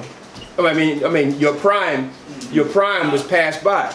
Esau, no, you 70-something years old, you coming out now, you pretty much, you can't make the impact on society the way you could when you were younger, right? He knows that. That's the devil, man. That's the devil the Bible speaks of. He knows you didn't commit those crimes. So that's what they do. Okay, go ahead, Al. And to our power, for he will abundantly pardon. For my thoughts are not your thoughts. See, he's going to abundantly pardon. He will abundantly pardon, but you got to come the right way. But the Most High's thoughts are not your thoughts. See? Heavenly Father has a way of thinking, and that's why he had the prophets and the scribes write it down. Because he has things how he wants it to run in the earth that he created. Just like when you buy your house, you're going to have it ran the way you and your wife come together, but it's going to be how you want to run, right? Here comes your son who has just came into the earth. It's your seed, right? You're his father. And then next thing you know, here he is, 5 years old, 6, 7, 8, 10 years old. Now he starts getting beside himself. Now he's 12. Now he's almost a so-called king. Now he starts, disobeying and stuff. Bro, I just brought you in this world. What the hell is wrong with you? See? Now you're going to do what you want to do in my house. Things got to change. So the same thing to Most High. Boy, you can't think like I can think. This is my house, right? Understand? Plus, you run your house in the most righteous way that you can, right? And then, but your son want to change all that.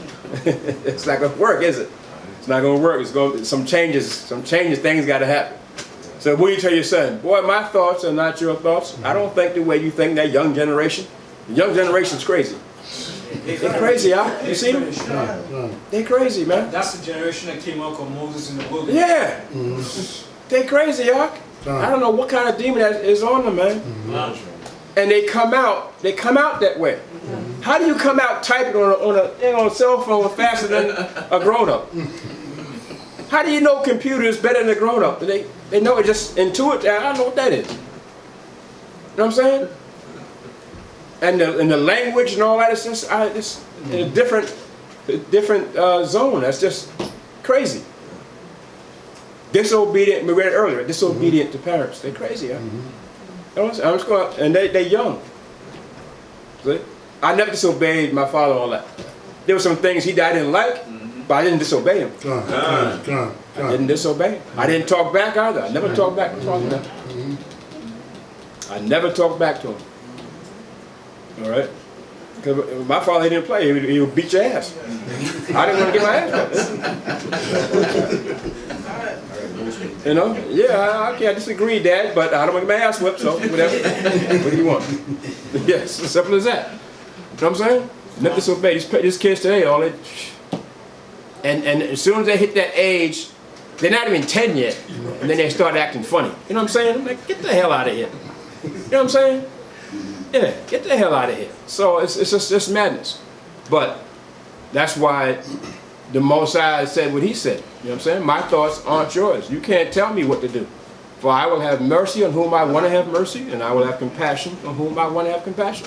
Christian world, you can't tell me who to love. You can't tell me who to save. You can't tell me who I should choose as a nation. You can't tell me nothing. Christian world. Right. Understand?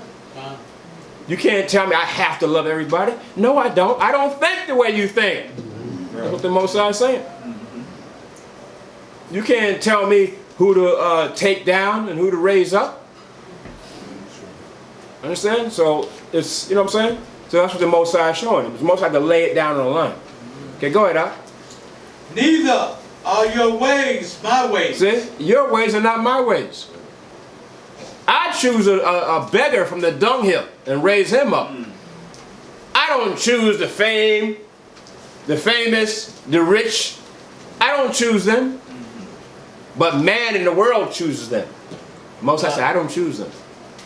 I choose the ones who you think that are dumb, they're on the corner, they're selling drugs, they might have did things that, you know, in society are wrong, they in prison for 10, 20 years. Give me that man. Give me that man who wants to change. You've been in prison 20 years, you committed murder. Okay, that's who I want. Yeah. Yeah, that's what I'm, yeah. Yeah. But he's willing to change now, understand? He did his time, he's willing to change for the Most High now. That's what the Most High wants. You know, Paul executed a few people. He didn't directly do it, but he gave the order. That's just as much as you committed a crime, right? The Most High chose Paul, and he became the chief apostle. Read the scripture. Paul became the chiefest apostle. The Most High chooses who he wants. See? So, my ways are not man's ways. Because Most High had to show Samuel the same thing. Most High says, Samuel, I'm gonna choose my next king. Saul displeased me. King Saul displeased me. I'm gonna choose my next king. And you're gonna go to the house of Jesse, and Jesse gonna tell you, show you all his sons, and I'll tell you who I want my king to be. And all Jesse's sons came before Samuel. And these men were all worthy of being king. All of them. And Jesse had, what, 7 sons? All of them were worthy of being king. All of them. Tall of stature, intelligent, wise, military men too. One of them can take down 1,000 men. Yeah, they were like that. One of them. So all of them passed before Samuel. All of them passed. And Samuel was like, but Mosiah, this one's worthy. Mosiah said, no, that one's worthy. You know, down to the 4th one, the 5th one. That one's worthy. You know what I'm saying? But Samuel said, but the Mosiah, who do you want? They all were. He said, Samuel, I don't look at man the way you look at man. See? So Mosiah was showing us how he looks at man as opposed to men in the flesh look at man. That's what he was doing. Jesse, you got another son somewhere? Because these are not the ones. Jesse was happy because he knew one of those sons was going to be king. But nobody ever thought that here go a little boy in the backyard taking care of the sheep. Because he can't be king. Because why? He wasn't a military man. Wasn't tall of stature. Wasn't, you know what I'm saying? Didn't have all of that. Didn't have all of that the other brothers had. And can you imagine being the 7th brother? Okay, all of them, the 6 are gone. Here go, you know, number 5, number 6. Okay, it's gonna be me. It's gonna be me. Nope, not you. And they probably said, wait a minute. And so Samuel said, but Jesse, you have any more sons? He said, yeah, he's out in the backyard taking care of the sheep. But in other words, he can't be him because, you know, he's not, you know, he's the youngest. Can't be him. Go get him, Samuel said. That's the one that the Most High want. Go get him. Yeah. And then the Most High said, yeah, Samuel, see, I don't look at man the way you look at man. I look at the heart of man. Because nobody knew that King David slew a lion and a bear in the backyard. Nobody knew it. Little old David taking care of sheep. Nobody knew he slew a lion and a bear. See? Because you know the Most High was doing. Nobody knew he was an expert in slingshot. Just practicing by himself out in the backyard. Nobody knew he was an expert at the harp. Nobody knew. Just by himself, just doing what he do. See? That's who I want. And everybody's looking like, all the brothers like, wait a minute now. I could be king, I could be king, I could be king. No. But the Most High don't want you. See? That's why the nations are jealous of us. Because the nations know, they feel they can rule the earth. Other nations, I can rule the earth, we can rule the earth, the Chinese, Japanese, all those nations, right? But the Most High said, I don't want you.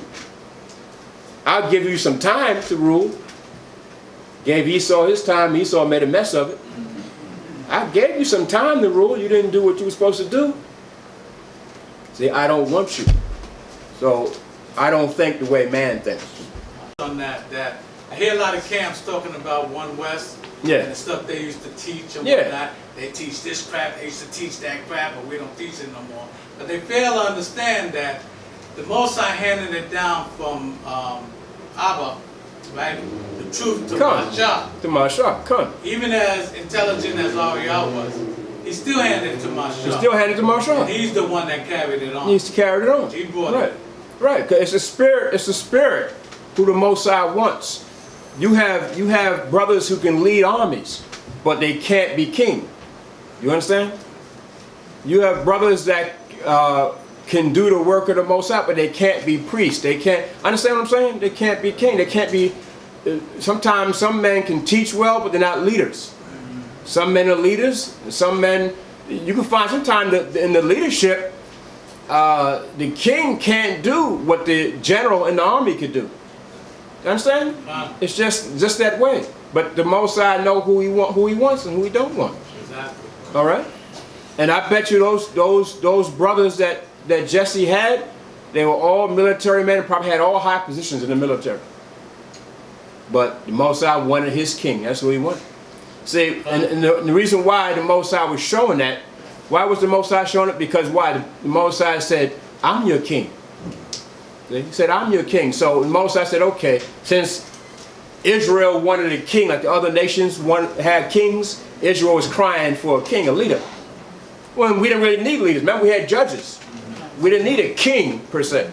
Because the Most High said, I'm your king. Just come to me. I'll direct you as leader. You know what I'm saying? So Israel murmured and was complained. The Most High said, okay, here go your king. Take Saul. Take that. Take that. Put it in your face. And you know, Saul was like, you know, rebelled. He went into witchcraft. So the Most High said, see here, you want a king here. Here's what he's going to do for you. Go into witchcraft. He's going to lead you astray. Understand? Here, take that.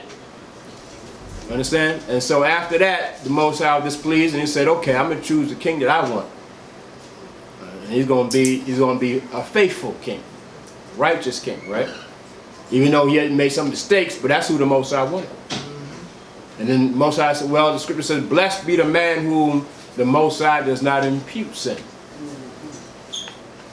David sinned, but the Most High, I'm not going to impute the sin on him. Nor the punishment, even though there was some punishment, but it wasn't the punishment that the scriptures say he's supposed to get. And that's what happened. Because the Most High said, what? I will have mercy on whom I want to have mercy. See? But the nation's got to get over that. That's why the scripture says, the accuser of our brethren accuses us every day. Who is Esau, the white man, the devil. He accused you before the Most High every day of sinning and of idolatry and stuff. He accused you.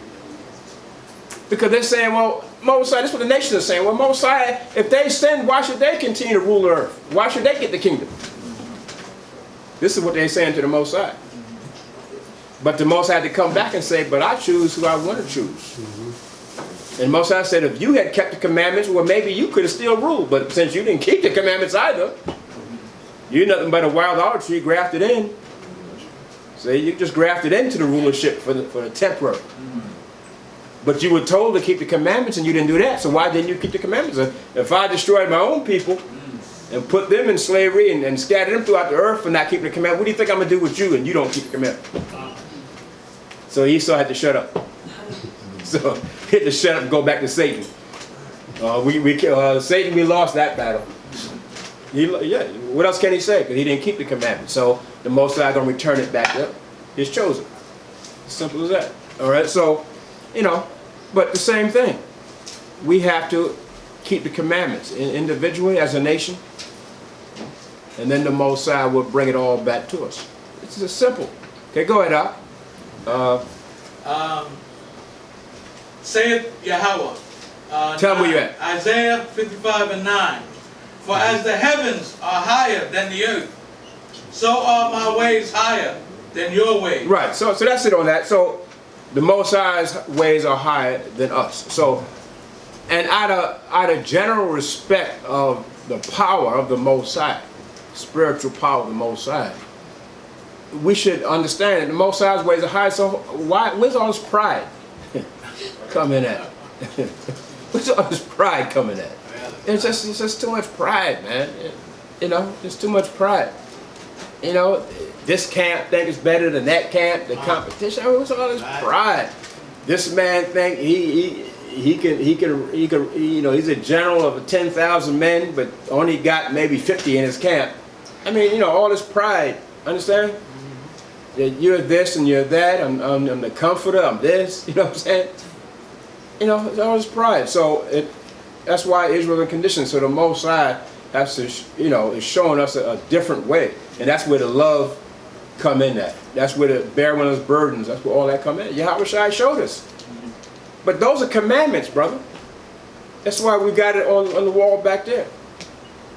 All right, the code of ethics. When we have the Hebrew summits, we always bring the code of ethics. Code of ethics are just how to treat your brother. Those are commandments. How to love thy brother. Those are commandments. Those are commands. Yahweh Shai gave us those commandments and we don't follow. But I follow the, you know, the Old Testament command. Good, you're supposed to. But what about the New Testament commandments too? And you're supposed to put together. You understand? That's what we got to do, put together. So get Zechariah 1 and 3. Zechariah 1 and 3.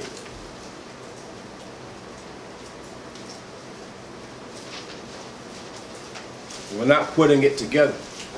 That's why we suffer. We suffer too much because of our pride.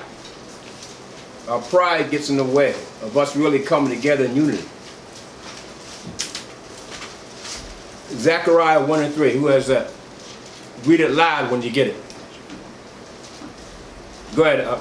Read it loud. We're going to Zechariah chapter 1 verse 3. Therefore say thou unto them, thus say Yahweh of hosts, turn ye unto me, save Yahweh of hosts. Yahweh turn unto you, save Yahweh of hosts. Right. So read that one more time. Read it slow. Slow it down. Zechariah chapter 1 verse 3. Therefore say thou unto them, thus say the Most High of hosts, turn ye unto me. Turn ye unto me. See, I got that word turn again, right? Return. Always to the Most High. Go ahead. Saith the Most High of hosts, and I will turn unto you. And I'll return unto you. Okay? That's the condition. Go ahead, Ak. Save the Most High of hosts. Be ye not as your fathers. Don't be as your fathers. See, there it goes again. It's telling us today, don't be as your fathers. See? Our fathers really messed up certain things. Messed us up, right? Because we are our forefathers. The Most High just showing us. Don't be like that no more. Go ahead, Ak. Unto whom the former prophets have cried, saying, thus saith Yahweh of hosts, turn ye now from your evil ways. See? Turn ye now. And don't we as the prophets go out there and speak? And we say the same thing. Don't be as your fathers. Turn from your evil ways. And they don't want to hear it. So they're going to suffer. Next thing you know, here come a white boy with an AK-47 in Walmart shooting down Negroes. Or here come a little white boy who's no more than 20-something in a church in South Carolina. And next thing you know, they let him in. Next thing you know, they so happy a white boy coming to their church that they going to let him sing with them and all that for about an hour or two. Next thing you know, he take out his gun and shoot them all down. Yeah, see? So where was the Most High then? Where was the Most High? See? Surely the Most High is not in the church, is he? Nope. He's never there. Nope. Most High cleared the way. Go ahead, Satan. Cleared the way. Angel, step back. When the angel step back, that's your behind. That's your behind. That's scary, ain't it? It's scary. Think about it. When the angel step back, you know what I'm saying? It's scary. That's a scary thing, man. And all the Most High got to do is give the angels command. Step on back. Come on back from. Come on back. And Satan just takes over, man. That's a scary thing, man. You don't want that to happen, brother. Okay? Because Satan does what he wants now. He usually, you see, like we said, the walking corpses, the opioid addiction, he does what he wants now. You're a walking corpse. You know, walking dead. You know, dawn of the dead, night of the living dead. Yes, that's all you are. Full of demons and death. Carrier of diseases and everything. They got hepatitis C, a lot of them. Some of them got AIDS because they're using needles. They got AIDS, they got all types of stuff. They got stomach, I know because I work in the hospital where they come in and they tell you all these things. Yeah, I got stomach problems, I got pancreas problems, liver problems, hepatitis. It starts naming the list. Damn. I'm like, and you're still alive? Yeah, man, I'm hopeful. Yeah, okay, I'm glad you are. Glad you are. But, you know, walking quickly, all this stuff. See? And you're still alive. Most I got them, right? Death is too easy, isn't it, for them? Death is too easy for them. Most I don't keep you alive. Okay? And some of them don't want to live. They tell you that. Why couldn't they just keep me dead? Why? They mad. Okay, so this is what's happening out there. Okay, go ahead, up.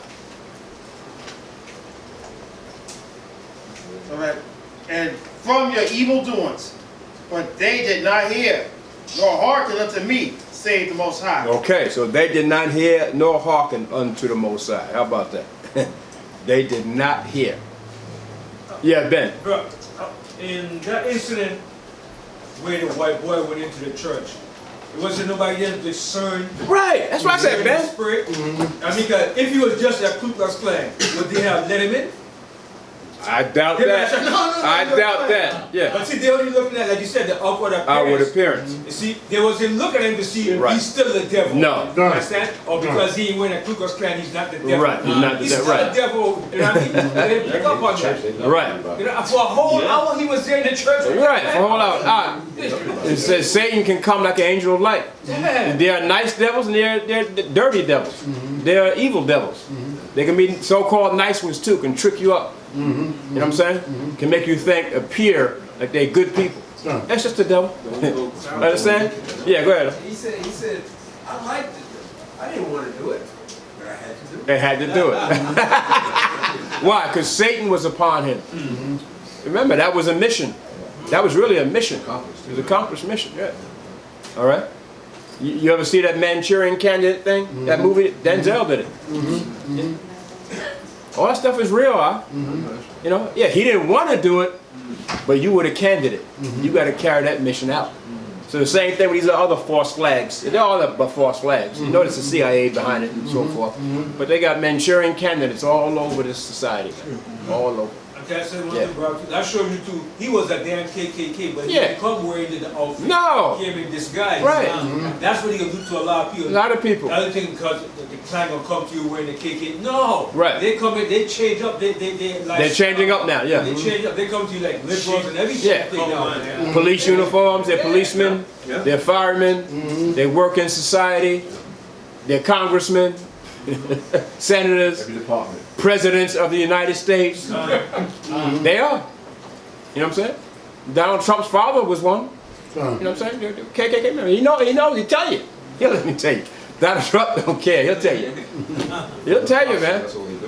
He's straightforward, he'll tell you. That's good. Be straightforward. Go ahead, we're at... Fifth verse. Yeah, no, that's it. That's enough for that one. So what the Most High say, get Hosea 5:15. And then we'll go back to Hosea 6:1. 6. But read Hosea 5:15. Who got that? Go ahead, Doc. Read it quick. Read it loud. Hosea chapter 5, verse 15. I will go and return to my place, till they acknowledge their offense. See what the Most High say? So again, that's the condition, right? The Most High said, till you acknowledge. When the Most High don't have to acknowledge nothing, you have to acknowledge your offense. Then the Most High will return to you. Go ahead, Doc. And seek my face. See, you got to seek the Most High. You got to seek the Most High, ask for repentance from the Most High. And then, in Yahushua, then the Most High will return unto you. Then he'll add, like the scripture says, he'll add, he said, store up treasures in heaven, and then he'll add all these things unto you, right? But you gotta store up the treasure in heaven first. You gotta seek the Most High first. That's what we read in Deuteronomy 30, right? Go ahead, Op. Was that it? And seek, no, in their affliction, they will seek me early. How about that? Right. In your affliction. Because it can't come without affliction, right? Why the affliction? Because you have to be punished. See, because the commandment says when you go against the laws and statutes, there has to be some sort of punishment. Consequence. It has to be. So that's why the affliction. Right? You don't let your son get away with anything, or your daughters, right? So there has to be some kind of consequence when that happens. Yeah. Understand? Yeah. Has to be, so that's the affliction. And we went through it. We're going through our affliction. We're going through it. Right? So all this, they say give them a timeout, and these days society is give them a time. No, there ain't no timeout. You sinned, you broke the commandments or the rules of my house, and I'm going to put you in a corner in a timeout? No, your ass is going to be whipped. See? But Esau knows what?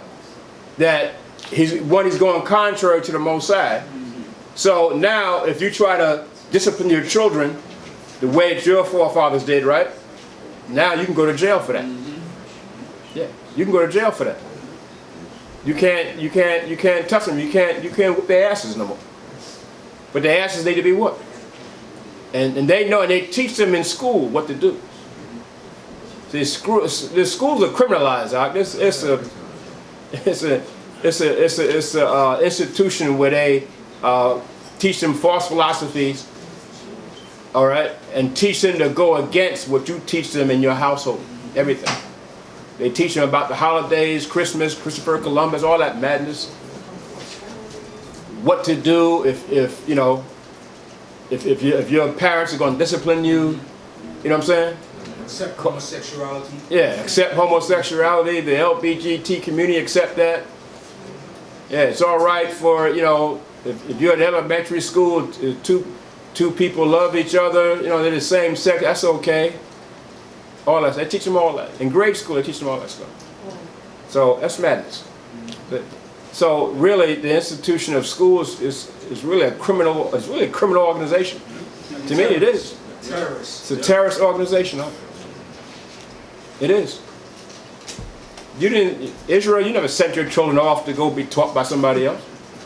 But, I mean, if we did, in ancient time, we knew who that person was, and we knew that they were upstanding with the Most High. You understand what I'm saying? Other than that, our women homeschooled their children, man, up until they got to that age where they went with their fathers and stuff. Understand? With the sons with their fathers. All right? And that was at early age, like 10, 11, 12, 13, yeah. What can the mother do with a 10-year-old boy? Nothing. Go with your father. Now the father can do something with that boy. Yeah. Especially when he gets 12 or 13. Now the father can do something with him. The mothers can't. The mothers, she breastfed him and everything and raised him, as a baby. But once they get that age, a 13-year-old boy is what? These niggas are big. So what's the mother going to do? So you got, right? But still, she didn't send them off to some other nation school and curriculum. We didn't do that now. Come on. We didn't do that. That's what you're doing now, though. Right? So that's still going to show you that we're in a society that destroys us, because we got to send our children to other nations to be taught. Understand? And to be taught how to act and so forth, and just madness. All right. All right, you finished that up. So now you go get Hosea 6:1. Hosea chapter 6, verse 1. Yeah. Come, and let us return unto the Most High. For he hath torn, and he will heal us. Yeah, see, he had torn, and he will heal. So let's return. So we went to all the scriptures show how the Most High is going to return. How we got to return to the Most High, and then the Most High return to us. But now it says he has torn, and he will heal us. See, but the only way the Most High is going to do that is what? You return. We have to return. See, that's the condition. You're not going to be healed unless you return. If you need a physician because you're sick, how are you going to get healed unless you go to the physician? You got to go to the physician first, right? And unless you know something about doing it yourself. Other than that, you got to go to the physician. So you got to return to the Most High, and then the Most High will heal us. All right, come, and then you learn the ways of what you can do to heal. See? Okay, go ahead, Al. And he will bind us up. So you're gonna bind us up. Go ahead. After 2 days will he revive us. And the 3rd day he will raise us up. And look at that. After 2 days, he will revive us. Are we talking about 2 24-hour days? No. No, we're not talking about 2 24-hour days.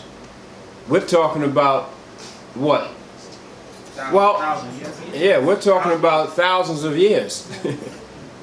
We're talking about, because in what? In 2 Peter 3 and 8, it tells you a day with the Most High is 1,000 years. And 1,000 years is 1 day. Somebody read that right quick. All right. So, how do we know we're in the 3rd day? How do we know that? Well, we know it because you got to do a little bit of calculation and history. But somebody read 2 Peter 3 and 8. 2 Peter 3 and 8. But beloved, be not ignorant of this one thing, that 1 day is with the Most High as 1,000 years, and 1,000 years as 1 day. Right. Because the Most High is eternal. We know the eternal spirit of the Most High. So a day with him, it could be 1,000 years, it's going to be 1 day to him. If you live eternal, what's a day to you? Okay. When the Most High created the earth and the heavens and put you in the fleshly body and then created time, now 1,000 years means something to you, don't it? Created 24 hours in a day and so forth, that means something now. But there's one thing about time, when the Most High created the earth and everything and put time as an integral part of living, time, it doesn't wait for nobody, does it? Time just goes, brother. It just goes. And you got a certain dispensation of time on this earth, don't you? And the Most High even gave you a limit on that. You just don't live forever. Most High gave a man 1,000 years. Man sinned, he cut it down to like 120 years. He said, damn, that's too much for them. They wicked as hell. I'm gonna cut it down some more. About 70 years. And to me, it's like it's cut down even more than that now. Yeah. Nigga, you ain't gonna live to be 50. Cause nigga, you just way out. And some of you niggas 30 years old, I'm cutting you out. You in your prime, I'm cutting you out. Prime of life. The Most High said, that's it for you, brother. That's how wicked you are. So wicked our people are. Just wicked, man. Most High cut you down, all the way down. You barely 20-something years old. Most High cut you off. Huh? Yeah, cutting your life off. You know what I'm saying? But I'm going to tell you, 50 years old, 70 years old, back then our people were just starting to live. They were babies at 50. They were considered like babies. You know what I'm saying? Here you got a man walking around, he's 500 and you 50. You ain't lived. Man, get out here, you a baby. I'm amongst elders here. How old are you? I'm 550. I'm 575. How old are you? 620. Yeah, you know what I'm saying? They were like that. Yeah.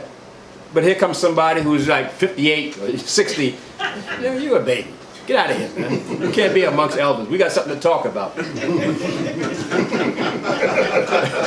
I'm serious, brother. Because he couldn't handle it. He wasn't old enough. You know what I'm saying? It wasn't old enough. So that's how it is, huh? So just think we would cut down. How we would cut down. So you're not really living. But we think we live in, you know, you 45 years old, you live life. You ain't live life. We're not living, brother. We're dead. We're not living. 50 years old is baby time. Your mother was still probably breastfeeding you at 50. Damn near. Look at Isaac and Rebecca. Yeah. I'm saying? Jacob with Jacob and his mother, Rebecca. So look at that. You know what I'm saying? They still would deal with their sons in that age, where they were just grown men but their mothers were still, and their father was still like nurturing them. And they were like, you know, you think when Abraham took Isaac up to the mount to be sacrificed, that he was some kind of teenager? He was a grown man. Grown man. But the way the scriptures read, you may think he was a little boy, just don't know nothing, just walking up the mountain. No, he was a grown man, brother. Understand? So, but remember, Isaac lived to be 180 years old. So when you're 50, what's, you know, and you would be 180, what's 50? 50, you're still a baby. All right? So the Most High torn, and he will heal us. Go ahead, up. Finish reading up. Yeah. All right. So, yeah, all right. Hosea chapter 6, verse 2. After 2 days will he revive us, and in the third day he will raise us up. Right. And we shall live in this sight. So day is 1,000 years. We read that, right? 2 Peter 3:8. And 1,000 years is 1 day, and a day is 1,000 years. So, I mean, how do you calculate that? Well, we know it's 1,000 years. A day with the Most High is 1,000 years. So we're talking about. It said in 2 days he will heal us. What does it say? After 2 days will he revive us. Revive us after 2 days. Okay, and in the third day. So it said. So we know it's talking about the nation of Israel. We know it's talking about it. So when were we not as a nation? So that's why you go back in history a little bit. We were not as a nation. We were divided up and scattered about and so forth as a nation. You figure around the time right after Solomon. All right, right after Solomon. And then when the Assyrian Empire came, read the history, when the Assyrian Empire came and divided us up and took us out of Israel, even though we had the northern kingdom and the southern kingdom, and the 10 tribes went with the northern kingdom, and of course Judah, Benjamin, and tribe of Levi was in southern kingdom, we were divided up. Where here comes Shalmaneser, and the king of Assyria, he decides to invade the northern kingdom, and what does he do? He takes Israelites out of Samaria, right, and put them where? In Asher, or Syria, or Nineveh. And where was that? That was in like where Iraq is today. Okay, along the coast of where Asher was, where the Tigris River. All right, Nineveh was along the Tigris River. That's where that great city Nineveh was, like where Iraq is today. And so he took Israelites out of Samaria from the northern kingdom and transplanted them there and put Babylonians and put different nations in Bethel, and where the northern kingdom was. Okay? And then from there, once that happened, and you took them about around 7th century, 7 something BC, the 10 tribes said, wait a minute, let us leave this area. Let us get the hell out of Dodge and leave this area. Because we were now we're separate now from the land. You're not in the land no more. Even though you had Judah, Benjamin, Levi still in the land, but still, we're separate now.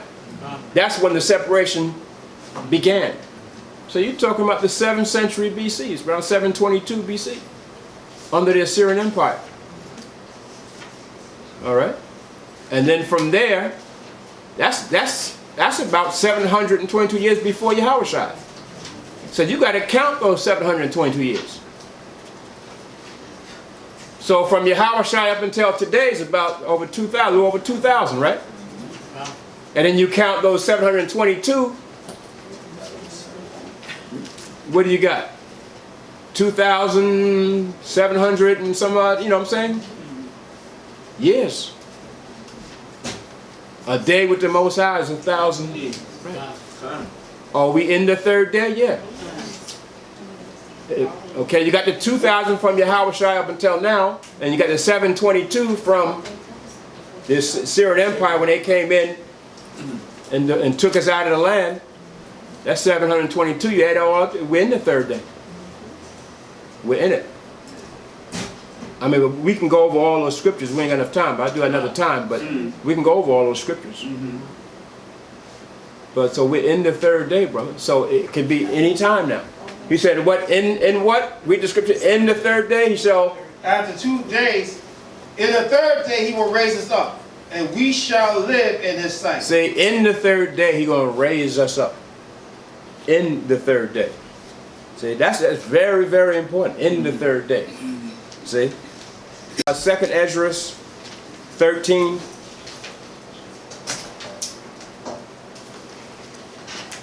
In the Apocrypha.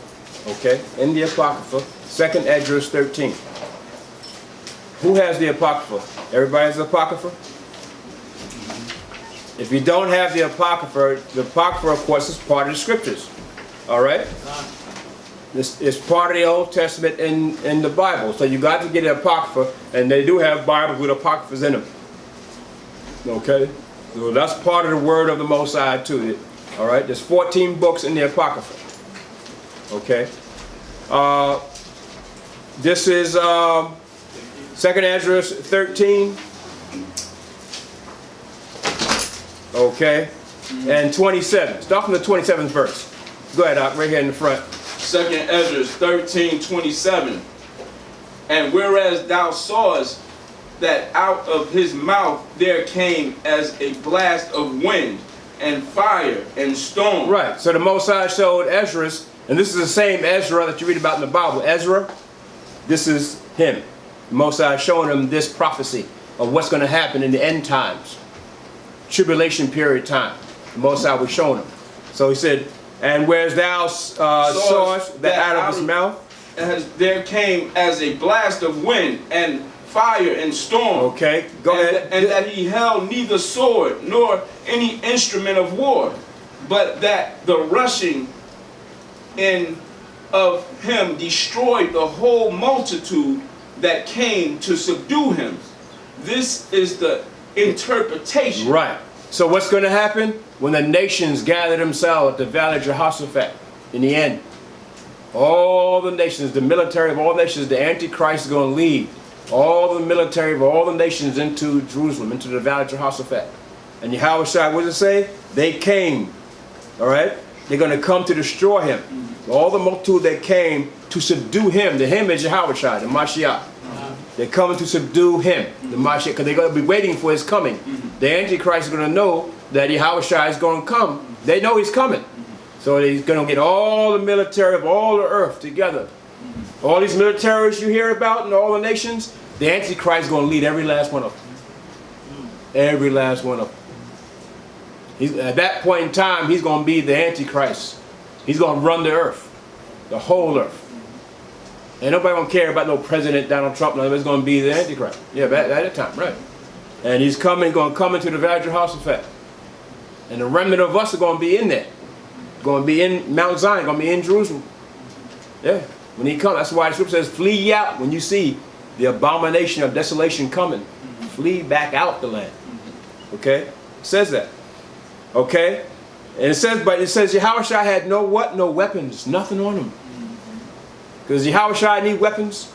Man needs weapons. Yahushua don't need weapons. Okay, go ahead, I'll read the next one, 29. Verse 29. Behold, the days come when the Most High will begin to deliver them that are upon the earth. Did those days come yet? No, this is future prophecy. Way back in the Old Testament, Ezra, reading future prophecy, didn't even happen yet. How about that? He's going to deliver those in those days. He's going to deliver those that be upon the earth. Okay? And he shall come to the astonishment of them that dwell on the earth. Why are they going to be astonished? Because they don't expect to see a black man coming to save only Israel, to redeem only Israel. They're not going to expect that. Understand? They're going to be astonished. And at the way Yahushua is going to do it, they're going to be astonished. And the way some of us are going to be redeemed and delivered, and so on, they're going to be astonished. Okay? Go ahead, Doc. Verse 31. And one shall undertake to fight against another, one city against another, one place against another, one people against another, and one realm against another. See, is all that happening now? No. Not on the level it's going to happen. You hear about wars and rumors of wars. That's why I connect this with Matthew 24. Luke 17th chapter. Okay? About the great tribulation period. And then something? Another one city.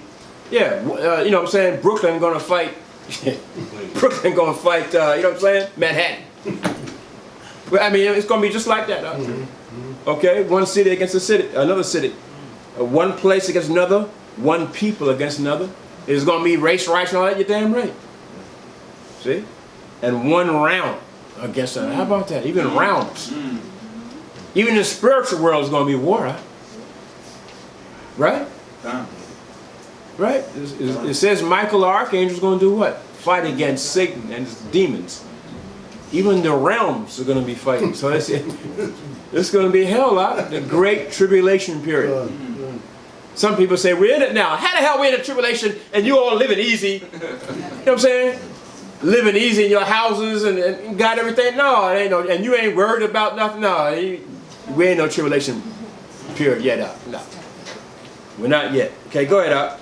Verse 32. And the time shall be when these things shall come to pass, and the signs shall happen when I showed thee before, and then shall my son be declared. See?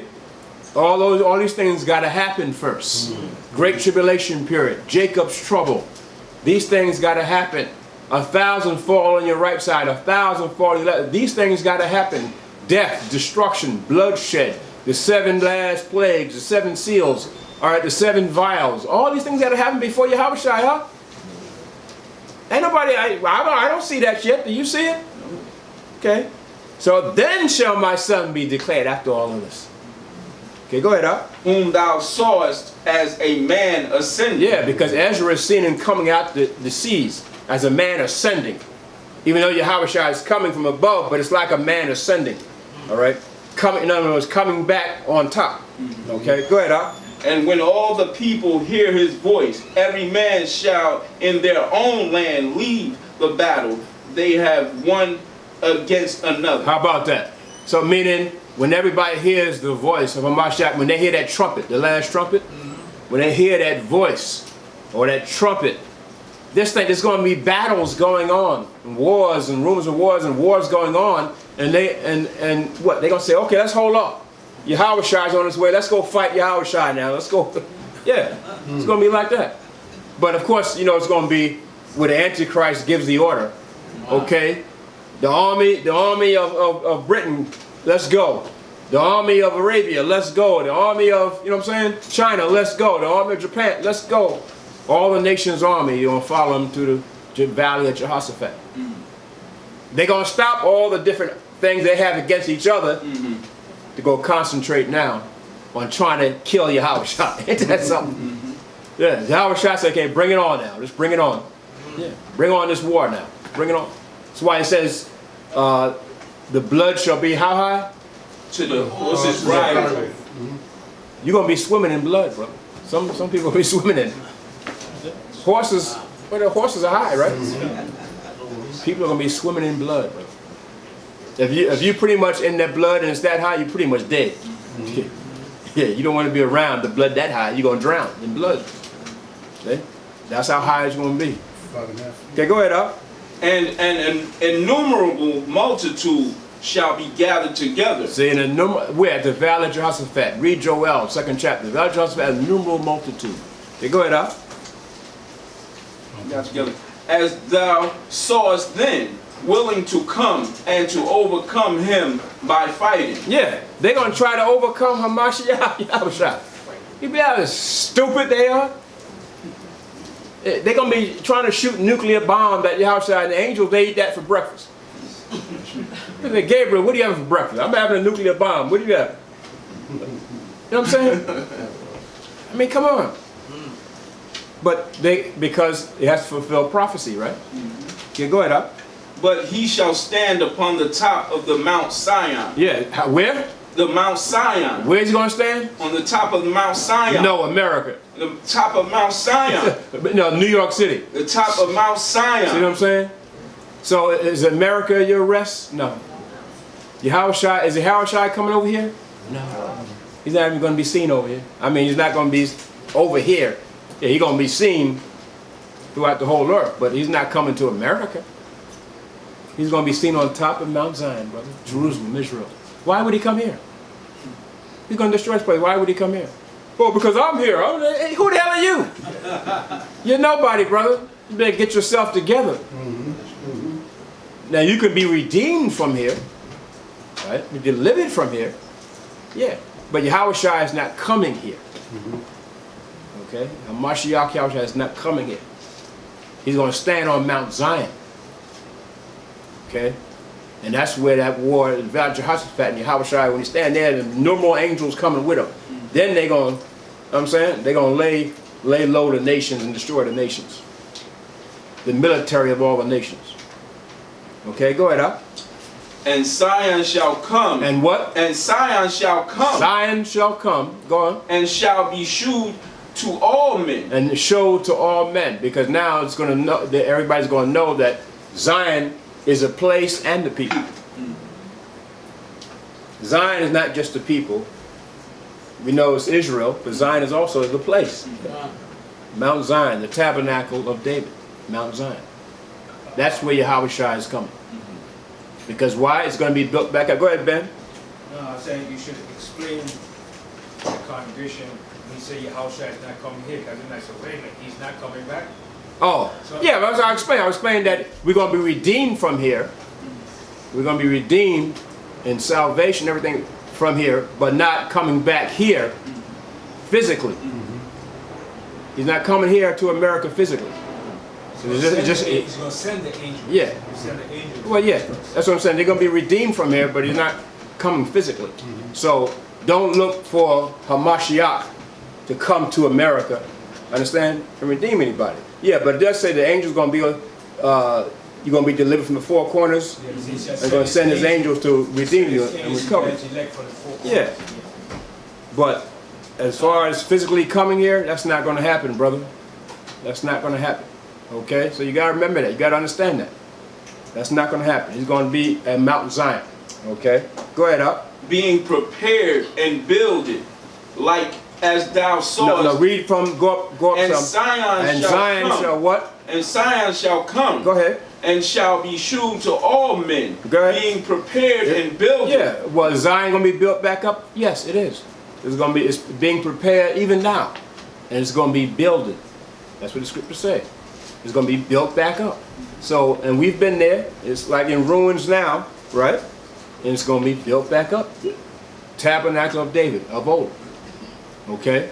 That's why the Most High said the tabernacle of David, where the breaches have fallen, the division of it, the Most High said He's going to close the breaches thereof. So if Zion's a people, the breaches of Israel as a people, He's going to close that up and bring us together. And the breaches of the actual Mount Zion, those breaches where it's all messed up now and divided up and messed up, He's going to close that back up and it's going to be built back up. Mount Zion, brother. Okay?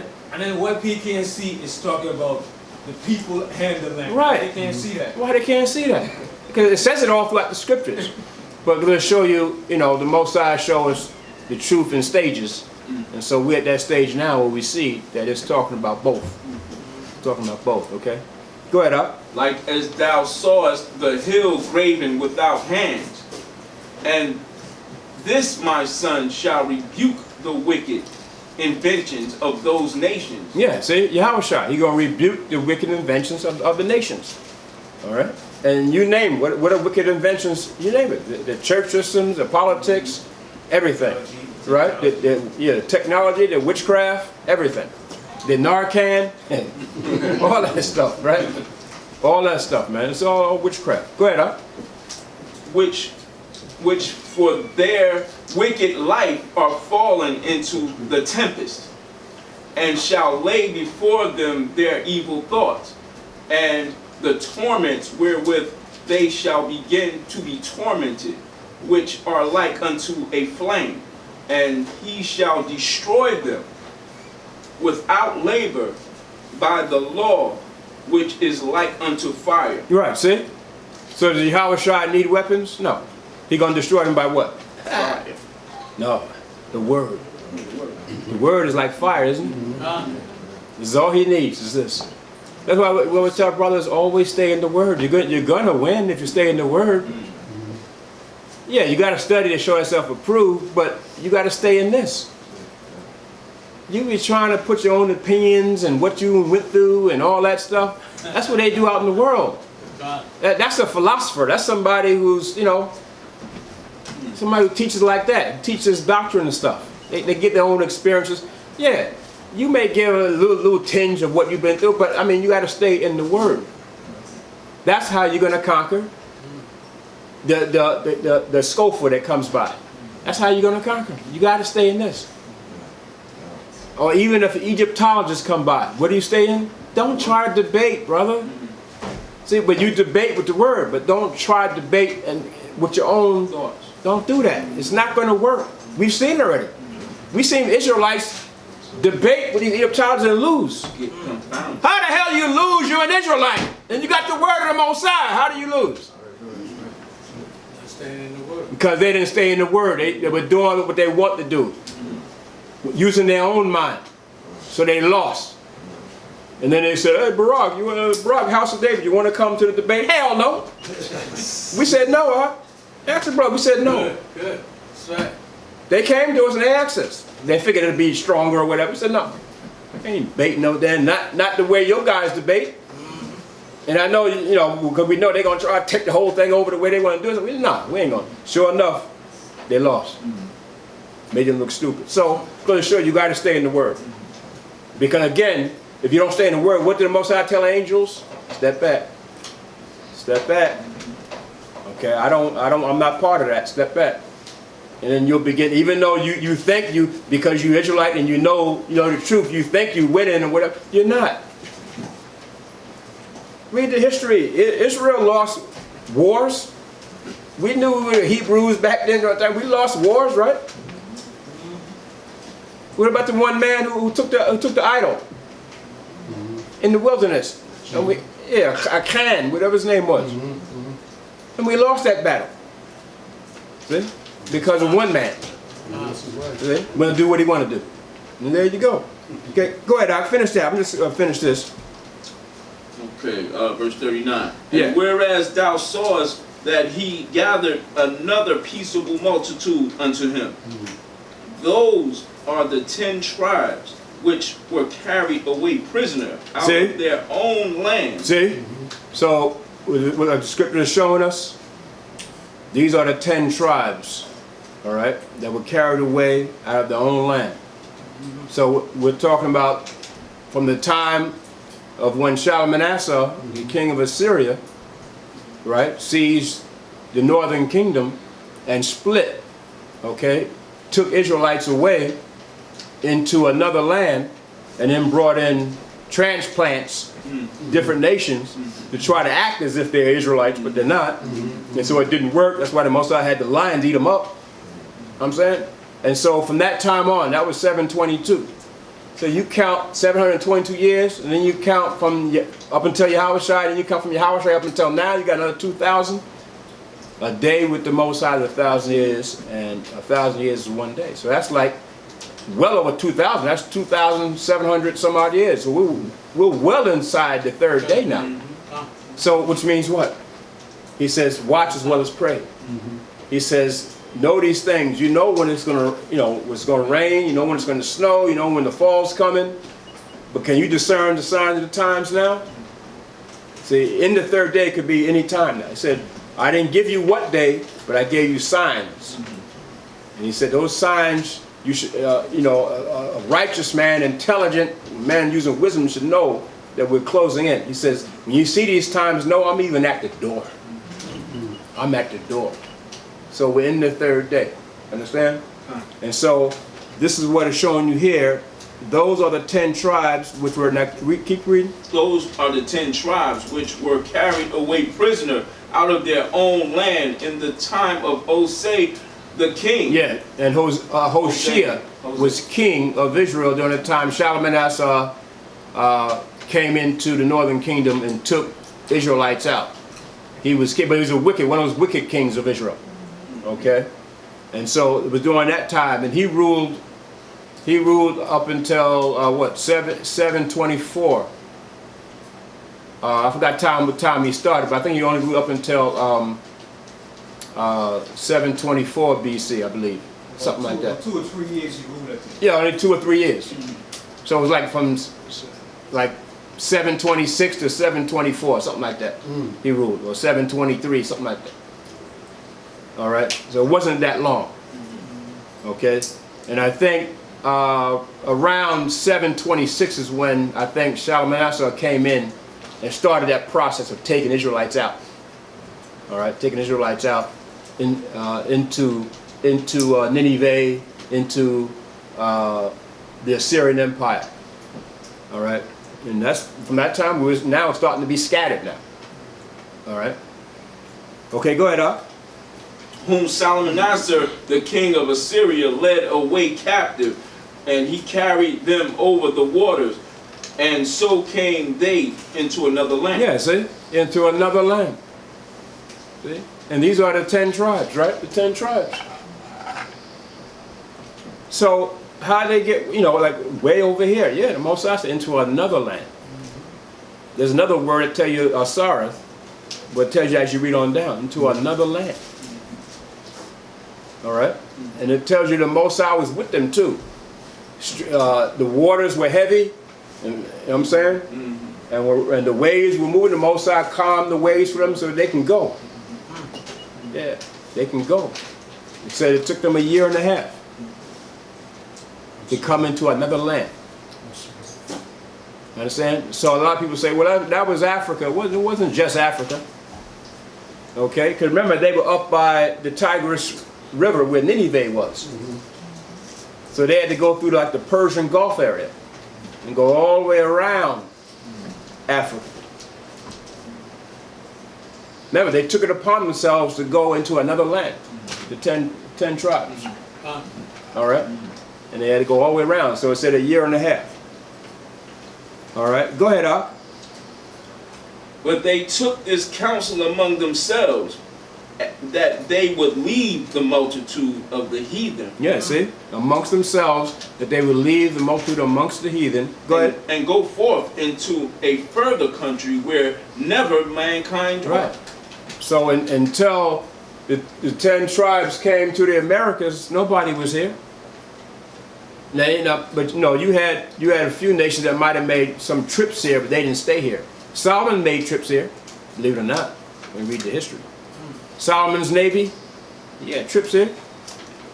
All right, and you had other nations who had they made a few trips over here, but they didn't stay. All right, and the 10 tribes came, they stayed here. We're talking about the Americas, the Caribbean, South America, North America. They stayed here. So this is where you have the indigenous people of the Caribbean Indians, Tahitian Indians, Arawak Indians, right? And then you got Gad, right? The indigenous and native so-called Americans. Those are all Israelites. Seminole Indians, all Israelites. And that's them coming over here.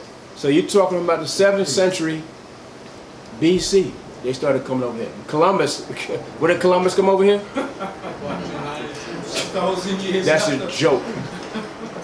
I got documents that tell you Columbus knew we were Hebrews. So did America Vespucci knew we were Hebrews. They all knew it, Magellan, they all knew it. Cortez, they all knew we were Hebrews. They all knew it. You got to read the diaries of Columbus. He wrote in his diaries that these are the Hebrews. They know it. They know it. America Vespucci. From what I understand, the word Asareth, this land here was called Asareth before it's called America. From what I understand. Right, but also to Barak, that word Asareth means it comes from the Hebrew. That's the Hebrew. Greek, that's in the Greek writing, but it comes from the Hebrew Aratazah. Aratazah, yeah. Which Come. means a land, another land. Another land. Yeah. Right.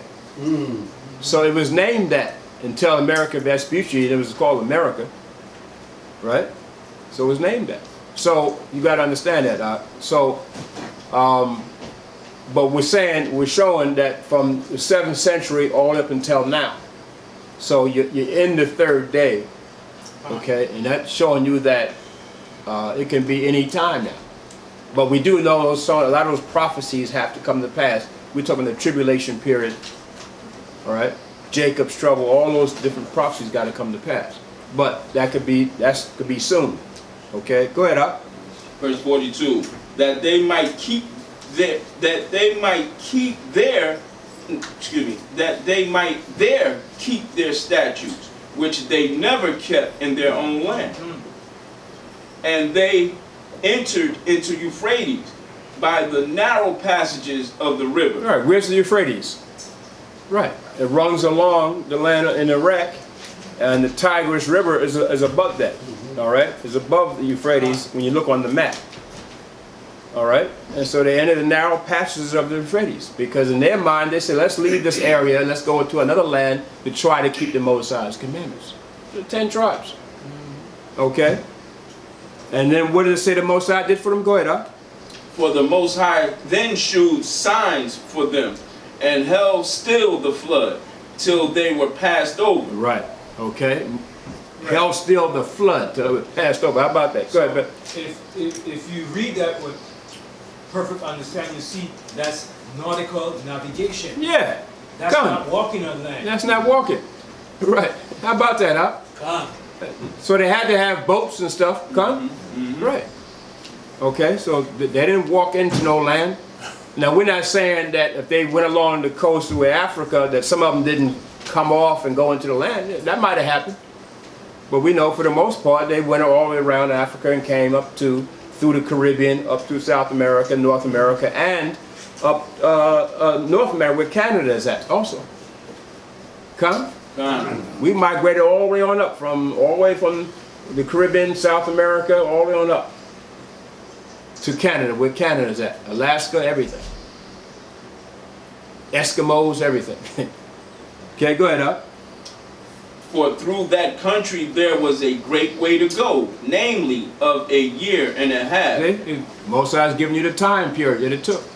Year and a half. Go ahead. And the same region is called Asherah. Yeah, Sarah. Asherah.